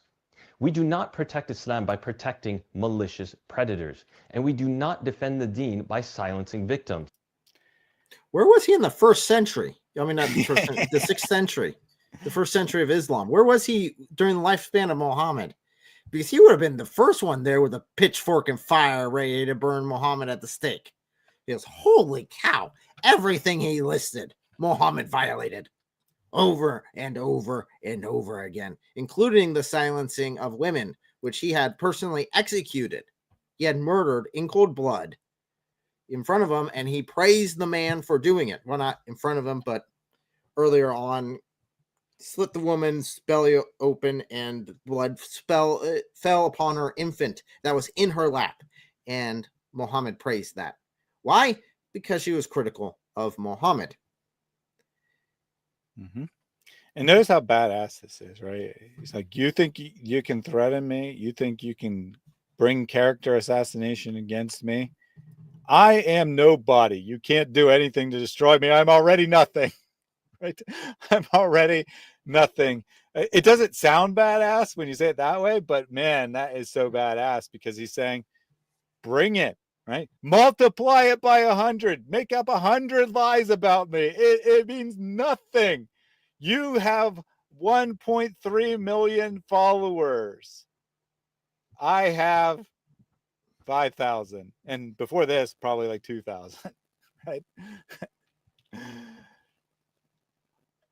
This isn't about me, right? It's not about me. This is all about you. And you're the only one that's got something to lose, buddy. So bring it on. Keep making yourself look worse and worse and worse. And I suspect that's what Mohammed Hijab's going to do because he doesn't know how to do anything else. All he knows how to do is threat.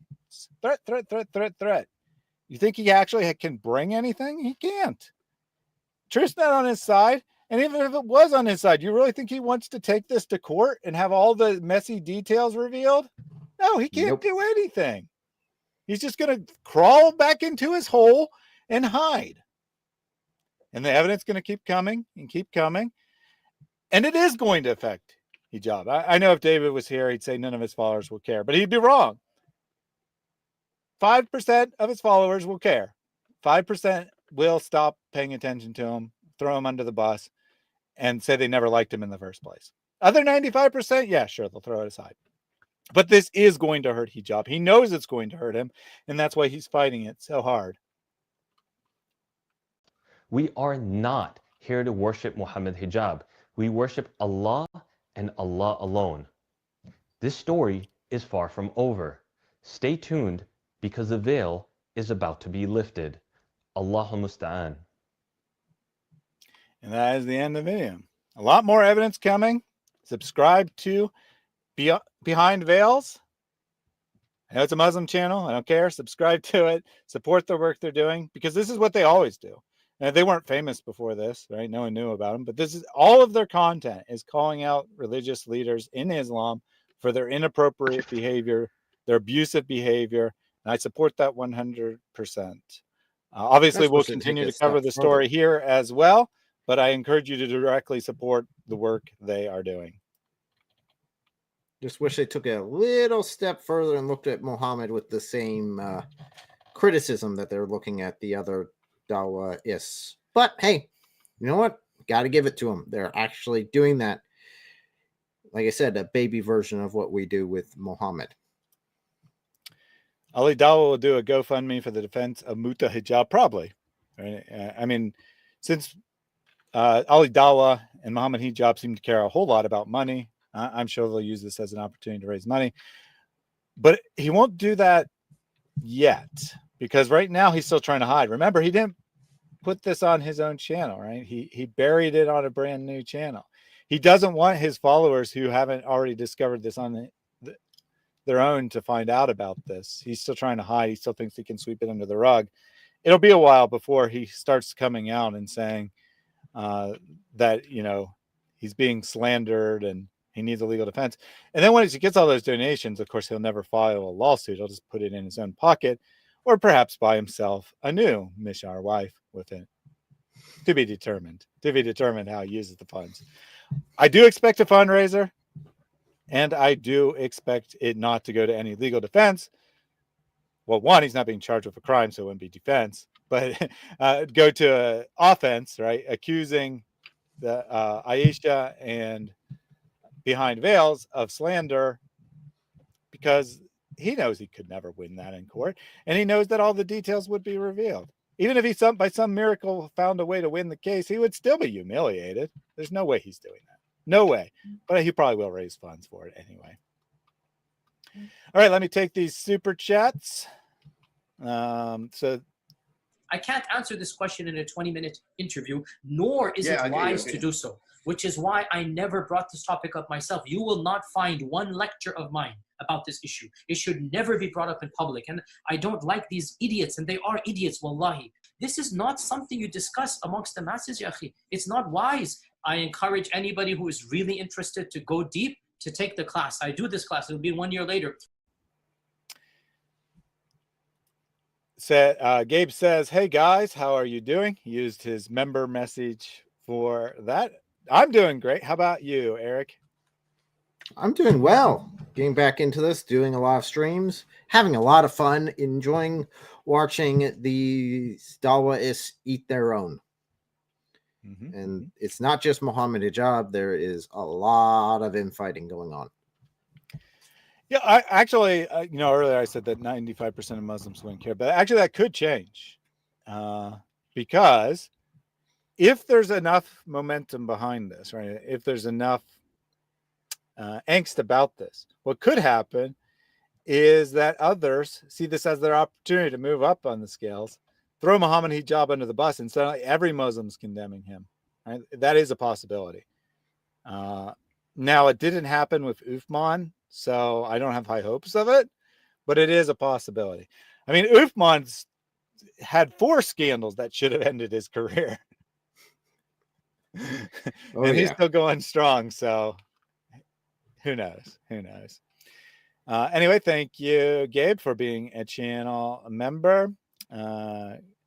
Comely Inspired says, I can't give a super chat. No big deal. You don't have to give super chats. Normally I read a lot of the chat messages, but had a lot of material to get through today, and also had a lot to chat messages, so I didn't read very many of them, but I did want to highlight the Muslim comments as opposed to humorous Christian comments and such. So I do often read regular comments. Don't feel obligated to give a super chat. My property search gave a super chat, however. O son of Adam, spend. I will spend on you. Give, then I will give you. It's difficult because you know what? These are my last few. As it is, the price is going up, the rand is going down, this is happening. Excuses. Those are excuses. You give and watch what Allah does. My property search says Mohammed tested out candidates to push boundaries. I'm not 100% sure what this is supposed to mean. I'm sure little Missy will say this is sexual harassment, but I think what they're alluding to is that Mohammed Hijab's Oxford degree is a bit questionable, I think is what they're suggesting. Really? That's Mary surprising. Mary says that he was part of a special minority quota program where they give you most of your credits for life experience and not for actual classes. I don't know that for a fact, but that's what Mary said. Here, I was thinking she was going to say that he's special needs, but okay. He does have very special needs. That's probably also true. That is probably also true. His servant says, I feel sorry for Hijab's wife. This must be painful and embarrassing. Yeah, there is that's a good point. There is actually another victim here besides Aisha, and that's Mohammed Hijab's main wife. He potentially has or has had in the past other secret wives. That was an accusation in the first video, that the sheikh who gave him the secret marriage to Aisha knew about his other secret marriage or performed his other secret marriage. So definitely possibility of more secret wives coming out, but his main wife, his public wife, however you want to put it, definitely has to be really painful and embarrassing to her as well. She's definitely a victim here too. I mean, if it's secret, she didn't approve of it, right? She didn't deserve this. Nope, not at all. Next super chat comes from Gabe. Early, and this is indeed a sign, yet most of them are not believers. Give alone to Allah, give alone to Allah. Ride the wings of Gabriel, give alone to Allah. Ride those wings straight to Gabriel. Or to Gabe, your choice. Gabe says, truly goes to show how pathetic Mohammed Hijab is. I agree 100%. Super chat from D. Gossi. Oh, sorry, a highlighted message. So you can also highlight messages using your points, which will be treated like super chats, except they don't get the animation. Isaiah 7:14. Therefore the Lord himself shall give you a sign. Behold, a virgin shall conceive and bear a son, and you shall call his name Emmanuel. Amen to that. I'm not quite sure why this was said. Maybe it was in the context of the disgusting sexual behavior of Muhammad the Prophet in comparison to how the true God operates, or maybe was just feeling a little Christmassy. I don't know, but either way, good verse to remember for sure. Una says there are 5 triggered stone kissers. I'm shocked that there's only 5 dislikes, actually. There's more than 5 Muslims who have interacted with throughout this stream. I do know, however, if you repeatedly dislike videos, then YouTube will stop counting the dislikes. So who knows how many tried to dislike the video.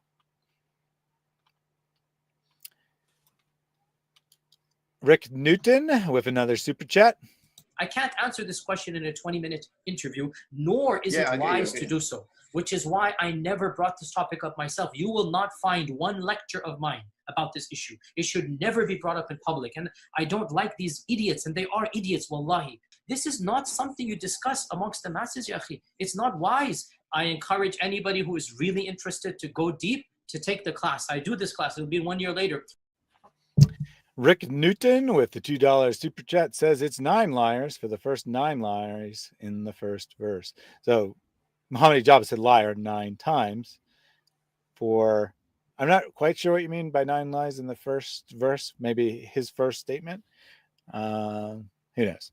But either way, 9 does seem to be a very special number in Islam. So maybe he was just trying to emulate his prophet in some way by building up to the number 9.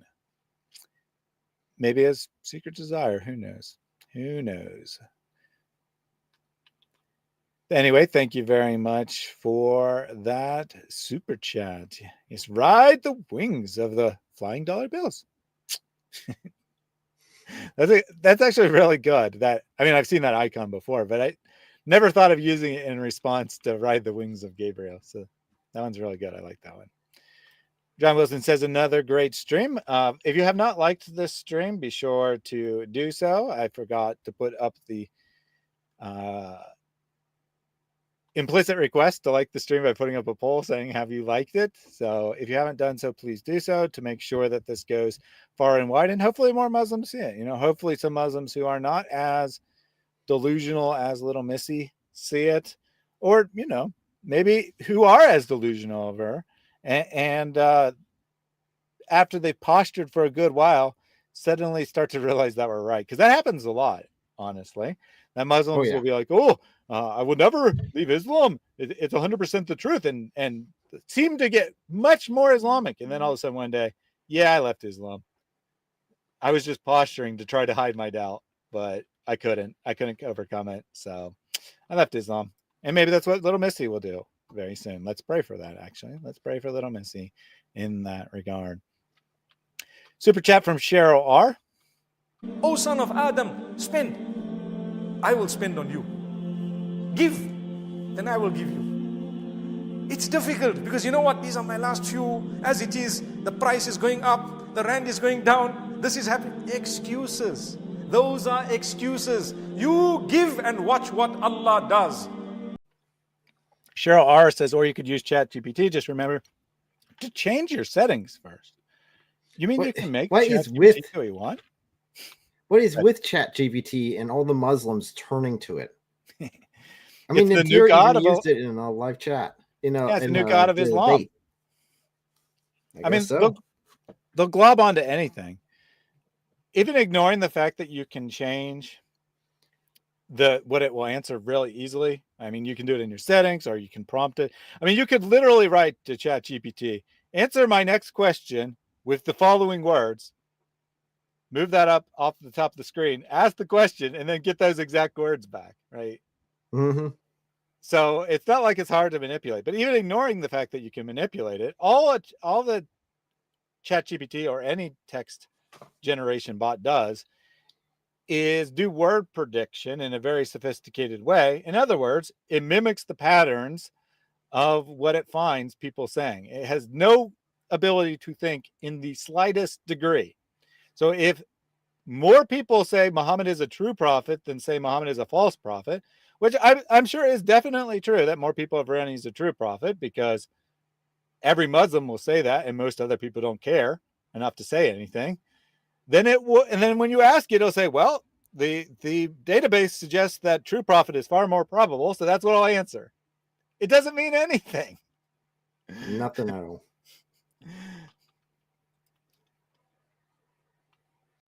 Una says, one Aussie asked ChatGPT, is he needed a visa to visit Chile? It told him no. Turns out that was false. Well, I mean, it makes errors all the time because it's just guessing based on a very, very sophisticated, mind you, very sophisticated word prediction model. And so it usually gets things right because the consensus of people's opinion is usually correct, because people don't usually intentionally write false things, but it also doesn't think in any way. All it's telling you is common knowledge. It's synthesis of common knowledge, which of course can be wrong.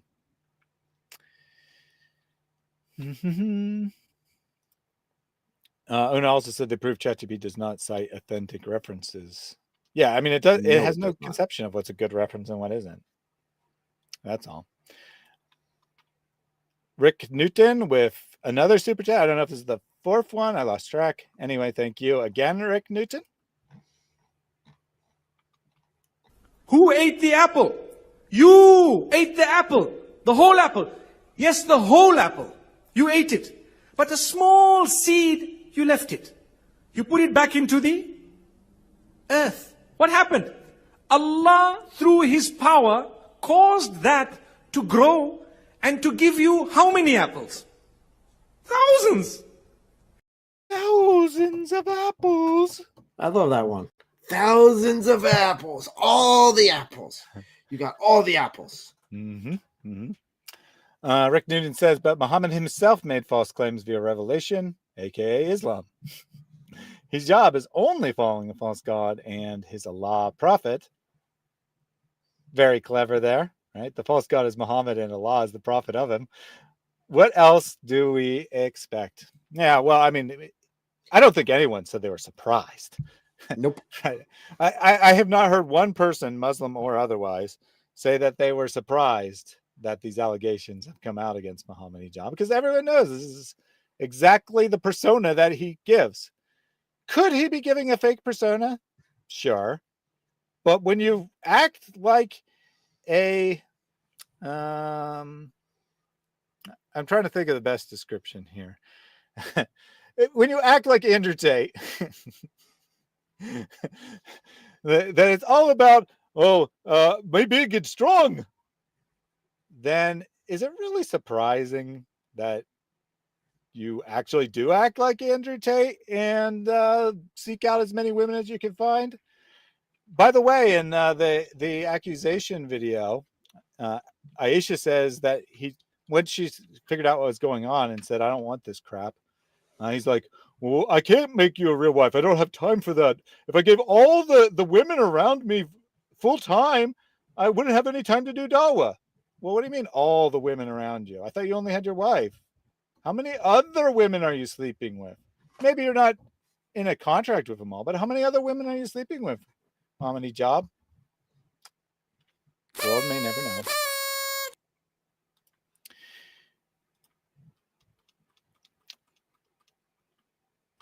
Marion says Mohammed Hijab is too scared to accept Aisha's Mubahala challenge. Yeah, he's afraid of a woman. I mean, I doubt he's afraid of Allah. I mean, he could believe in Allah, maybe. I don't know. He's probably not all that afraid of Allah. And he certainly wouldn't be afraid if he had the truth on his side. But he is terrified of Aisha, right? And he's terrified of using his own words to defend himself with his own voice, because then there'll be a video record of him saying things. Jack Ray gifted 5 Reasoned Answers memberships. Cool. And Allah will bless you in a million ways. You find the tree will grow and you will have lots and lots of wealth. This is the example that we gave to the children. And I'm letting you know that when you sow that seed by giving, you shall receive much more than you gave by the will of Allah. Give as much as you can, for indeed you will reap much more than you have sown. Jack Gray with the 5 gifted memberships. Thank you very much for that. And remember, you will reap much more than you sow, which, since Jack Ray has gifted literally hundreds of memberships on this channel, he must have like thousands of Reasoned Answers memberships or other channel memberships that he's received in return, because you get much, much more. He's getting paid in apples. You got all the apples. That's many apples. Maybe he does have an apple tree in his backyard, for all I know. Little Missy said, Misyar is just if wife has a job and mostly lives separately. That's not what Misyar is in the slightest. Misyar just means reduced rights marriage. But notice the irony here, right? Well, let's say that, little Missy's correct, and Misyar's for when the woman doesn't need any money and doesn't live with her husband. What is left there exactly? Oh, right, just sex. So thank you for acknowledging what Misyar is. Actually, it's a contract for sex, which is actually what nikah is. Right? The word nikah does not actually mean marriage. It actually means sexual intercourse. And that's the word Muslims use to describe marriage, because all marriage is in Islam is a contract that turns illegal sexual intercourse into legal sexual intercourse. Are many Muslims good husbands by a Christian perspective? Are many Muslims loving of their wives, treat them with dignity and respect, and have a real relationship with them? Of course, but they do so in spite of the teachings of Islam, not because of the teachings of Islam. Couple more super events. I was going to say chats, but this one is Sunan Abu Dawood becoming a channel member. I can't answer this question in a 20-minute interview, nor is it wise to do so, which is why I never brought this topic up myself. You will not find one lecture of mine about this issue. It should never be brought up in public. And I don't like these idiots, and they are idiots, wallahi. This is not something you discuss amongst the masses, ya akhi. It's not wise. I encourage anybody who is really interested to go deep to take the class. I do this class. It'll be 1 year later. If you want to know how to become a Reason Answers membership, I offer a class for that. I always wanted one of the canonical Hadith collections to become a channel member, so my wish has been fulfilled. Sunan Abu Dawood is now a channel member. Just got to get Sahih Bukhari to become a channel member next. Colt Hoffer says, you're finished, boy. We have seen the evidence. Listen to me. We have the evidences. You don't believe? Wallahi, we have the evidence. We saw it with our eyes. Don't mess around. Don't play games. Stop playing games, Hijab. We've seen the evidence. We know you are guilty as charged. Super chat from GoTub. Girlie, and this is indeed a sign, yet most of them are not believers. Give alone to Allah. Give alone to Allah. Ride the wings of Gabriel. Give alone to Allah. GoatHub says, stop sexually harassing them by reading out what they said. Shame, shame, shame. How dare we read the comments section? Mm-hmm. You see, this is the proof. This is the proof. I definitely sexually harassed little Missy by reading her comment and taking it seriously. Shame on me for doing that. You should know better by now.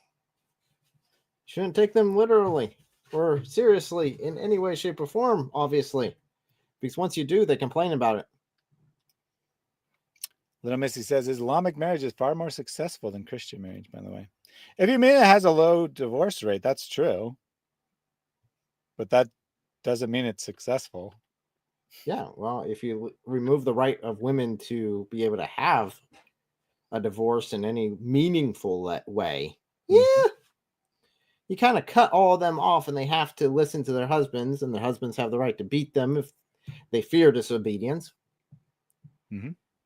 Yeah, if women are basically prisoners in their house and they can't do anything, let alone seek help for the abuse that they are feeling, yeah, you don't really have much of an option, except for if a husband decides divorce.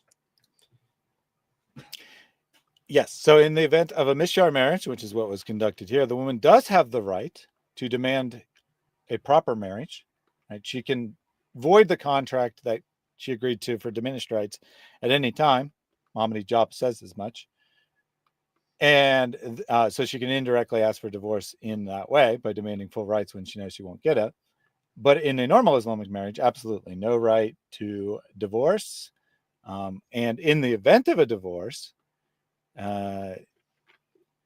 she doesn't get anything. It's not like she gets 50% of the property, right? It's 50% of the wealth or anything like that.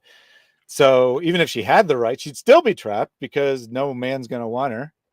Certainly her family probably doesn't want to support her for the rest of her life. She can't get gainful employment. So what choice does she have but to stay with her husband, even if he is an abusive loser? And then you add in that you're taught to be submissive and to do whatever your husbands want. And if they beat you into submission, that's because you deserved it. As we've heard on this channel multiple times, testimony from people not hostile to Islam, either Muslims doing research or Westerners doing research, but who are sympathetic to Islam, that most justifications for abuse of women in Islam come from women. They say, yeah, we're just so emotional. We deserve to be beaten by our husbands. It's not a problem, which is exactly what someone who is a domestic abuser in the West conditions their victims to say. The vast majority of women who are abused sexually or physically or emotionally in the West have absorbed the idea that they deserve it. Right? Some of them wake up and get out because they actually have that ability here.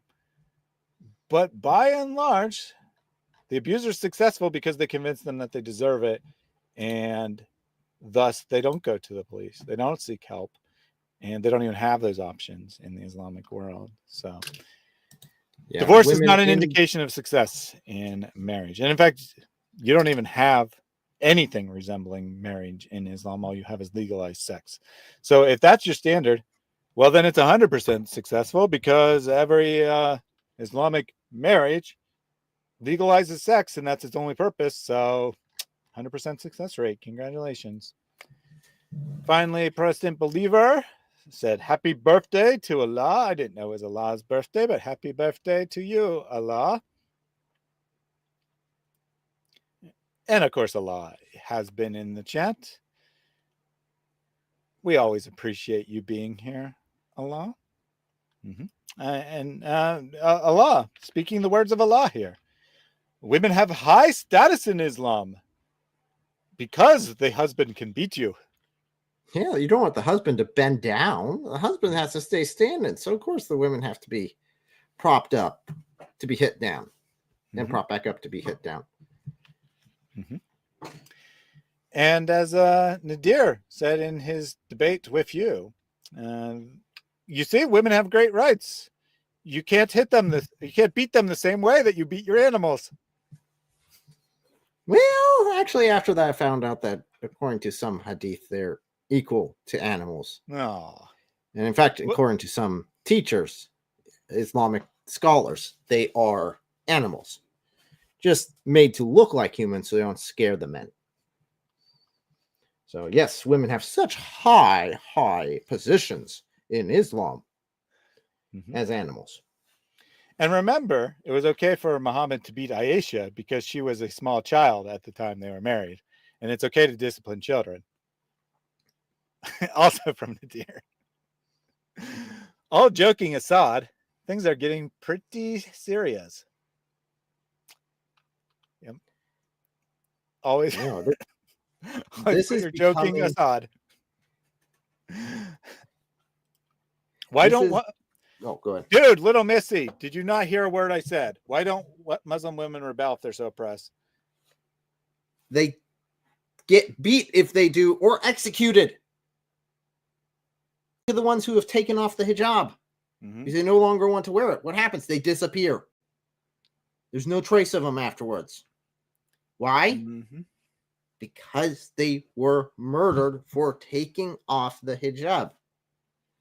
In the same way, they are free to be beaten by their husbands, and their husbands are not to be asked why they beat their wives at all. Yeah, that's true. I mean, there are some suggestions not to beat your wives, but then also you're not allowed to ask a man why he beat his wife. So is there really any inhibition? Doesn't seem to be the case. And of course, we have the example of Muhammad when a woman came to him complaining about how badly she was being beat by her husband. And Aisha observed that her skin had turned green to where it was the same color as her garment from all the bruises that she'd been inflicted with. What did Muhammad do? Did he say, well, I'm going to allow you to divorce your husband, obviously? No, he said, you're a liar.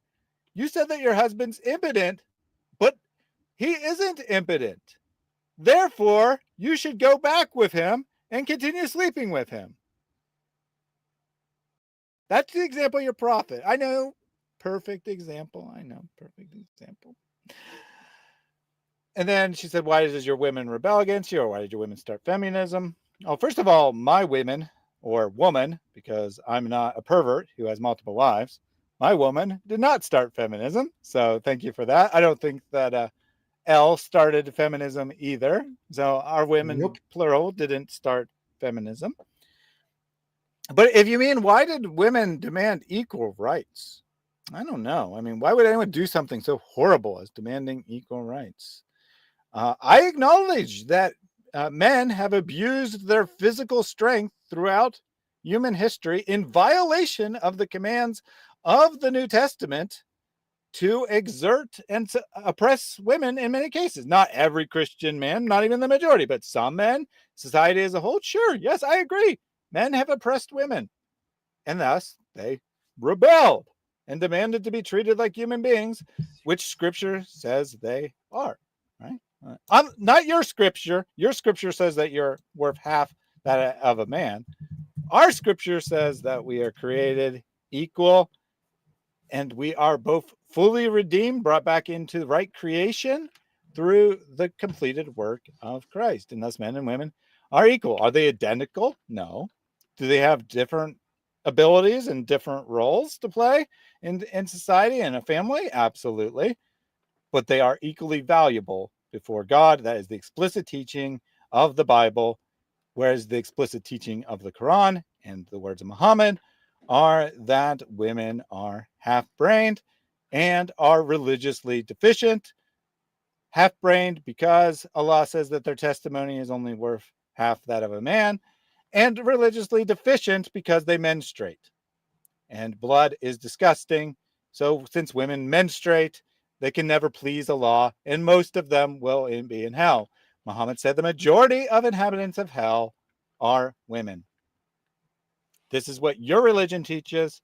Why don't women rebel against it? Because they're afraid and or brainwashed. And many do rebel against it, by the way. And I think that you're going to see in probably your lifetime, I don't know how old you are, but probably in your lifetime, you're going to see an overthrow of the Islamic domination of society, even in Islamic majority countries, because it is not sustainable and it has not been practiced throughout Islamic history. The Islamic empires that did well did so because they ignored Islamic law and allowed people to live in the Christian way, right? They allowed people to have dignity despite what their religion taught. And since they were bad Muslim leaders, their empires lasted.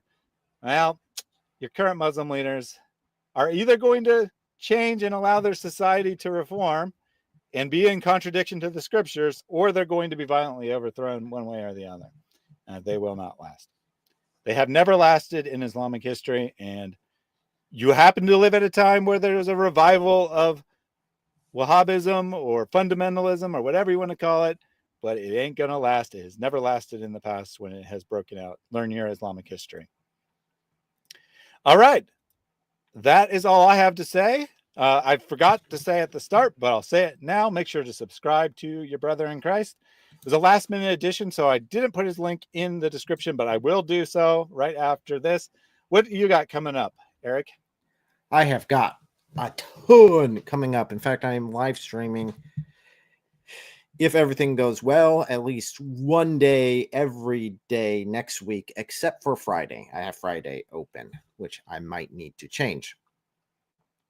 So I have free speech and blasphemy laws tomorrow. I have throughout the week, I have a reaction live stream I'm doing, as well as live streams with Truth Defenders, John of John Newton Sci-Fi, and Adam Seeker.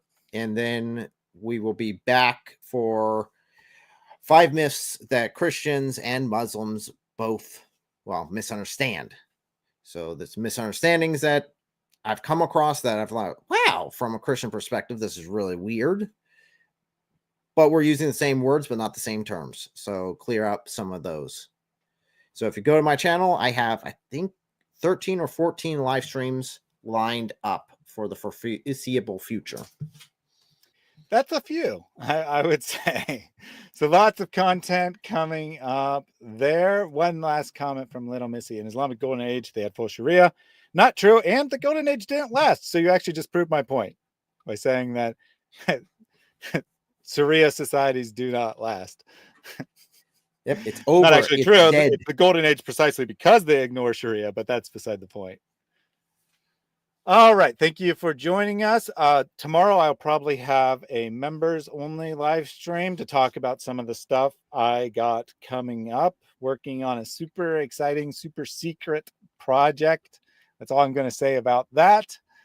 Tuesday, we'll be streaming with Mary, and I'm sure that I'll have out at least one, hopefully 2 scripted videos this coming week as well. Comely Inspired says, I subscribe. Everyone be sure to subscribe, and more importantly, to watch and share the videos with your Muslim friends or Muslim acquaintances, because the purpose of this channel, the purpose of what I do is not to entertain Christians. I mean, I'm happy if you're entertained. I'm happy if you had a good time today, but that's not the purpose. The purpose is to educate. The purpose is to spread the truth of Christianity and to point out the falsity of Islam. And right now, also to hold Islamic leaders like Mohammed Hijab accountable for their disgusting, perverted activities, which their religion allows. All right. With that said, we'll close out in the traditional way with a prayer from Pastor Jake. Pray this ceaselessly. Lord Jesus Christ, Son of God, have mercy on me. Lord Jesus Christ, Son of God, have mercy on me. Lord Jesus Christ, Son of God, have mercy on me.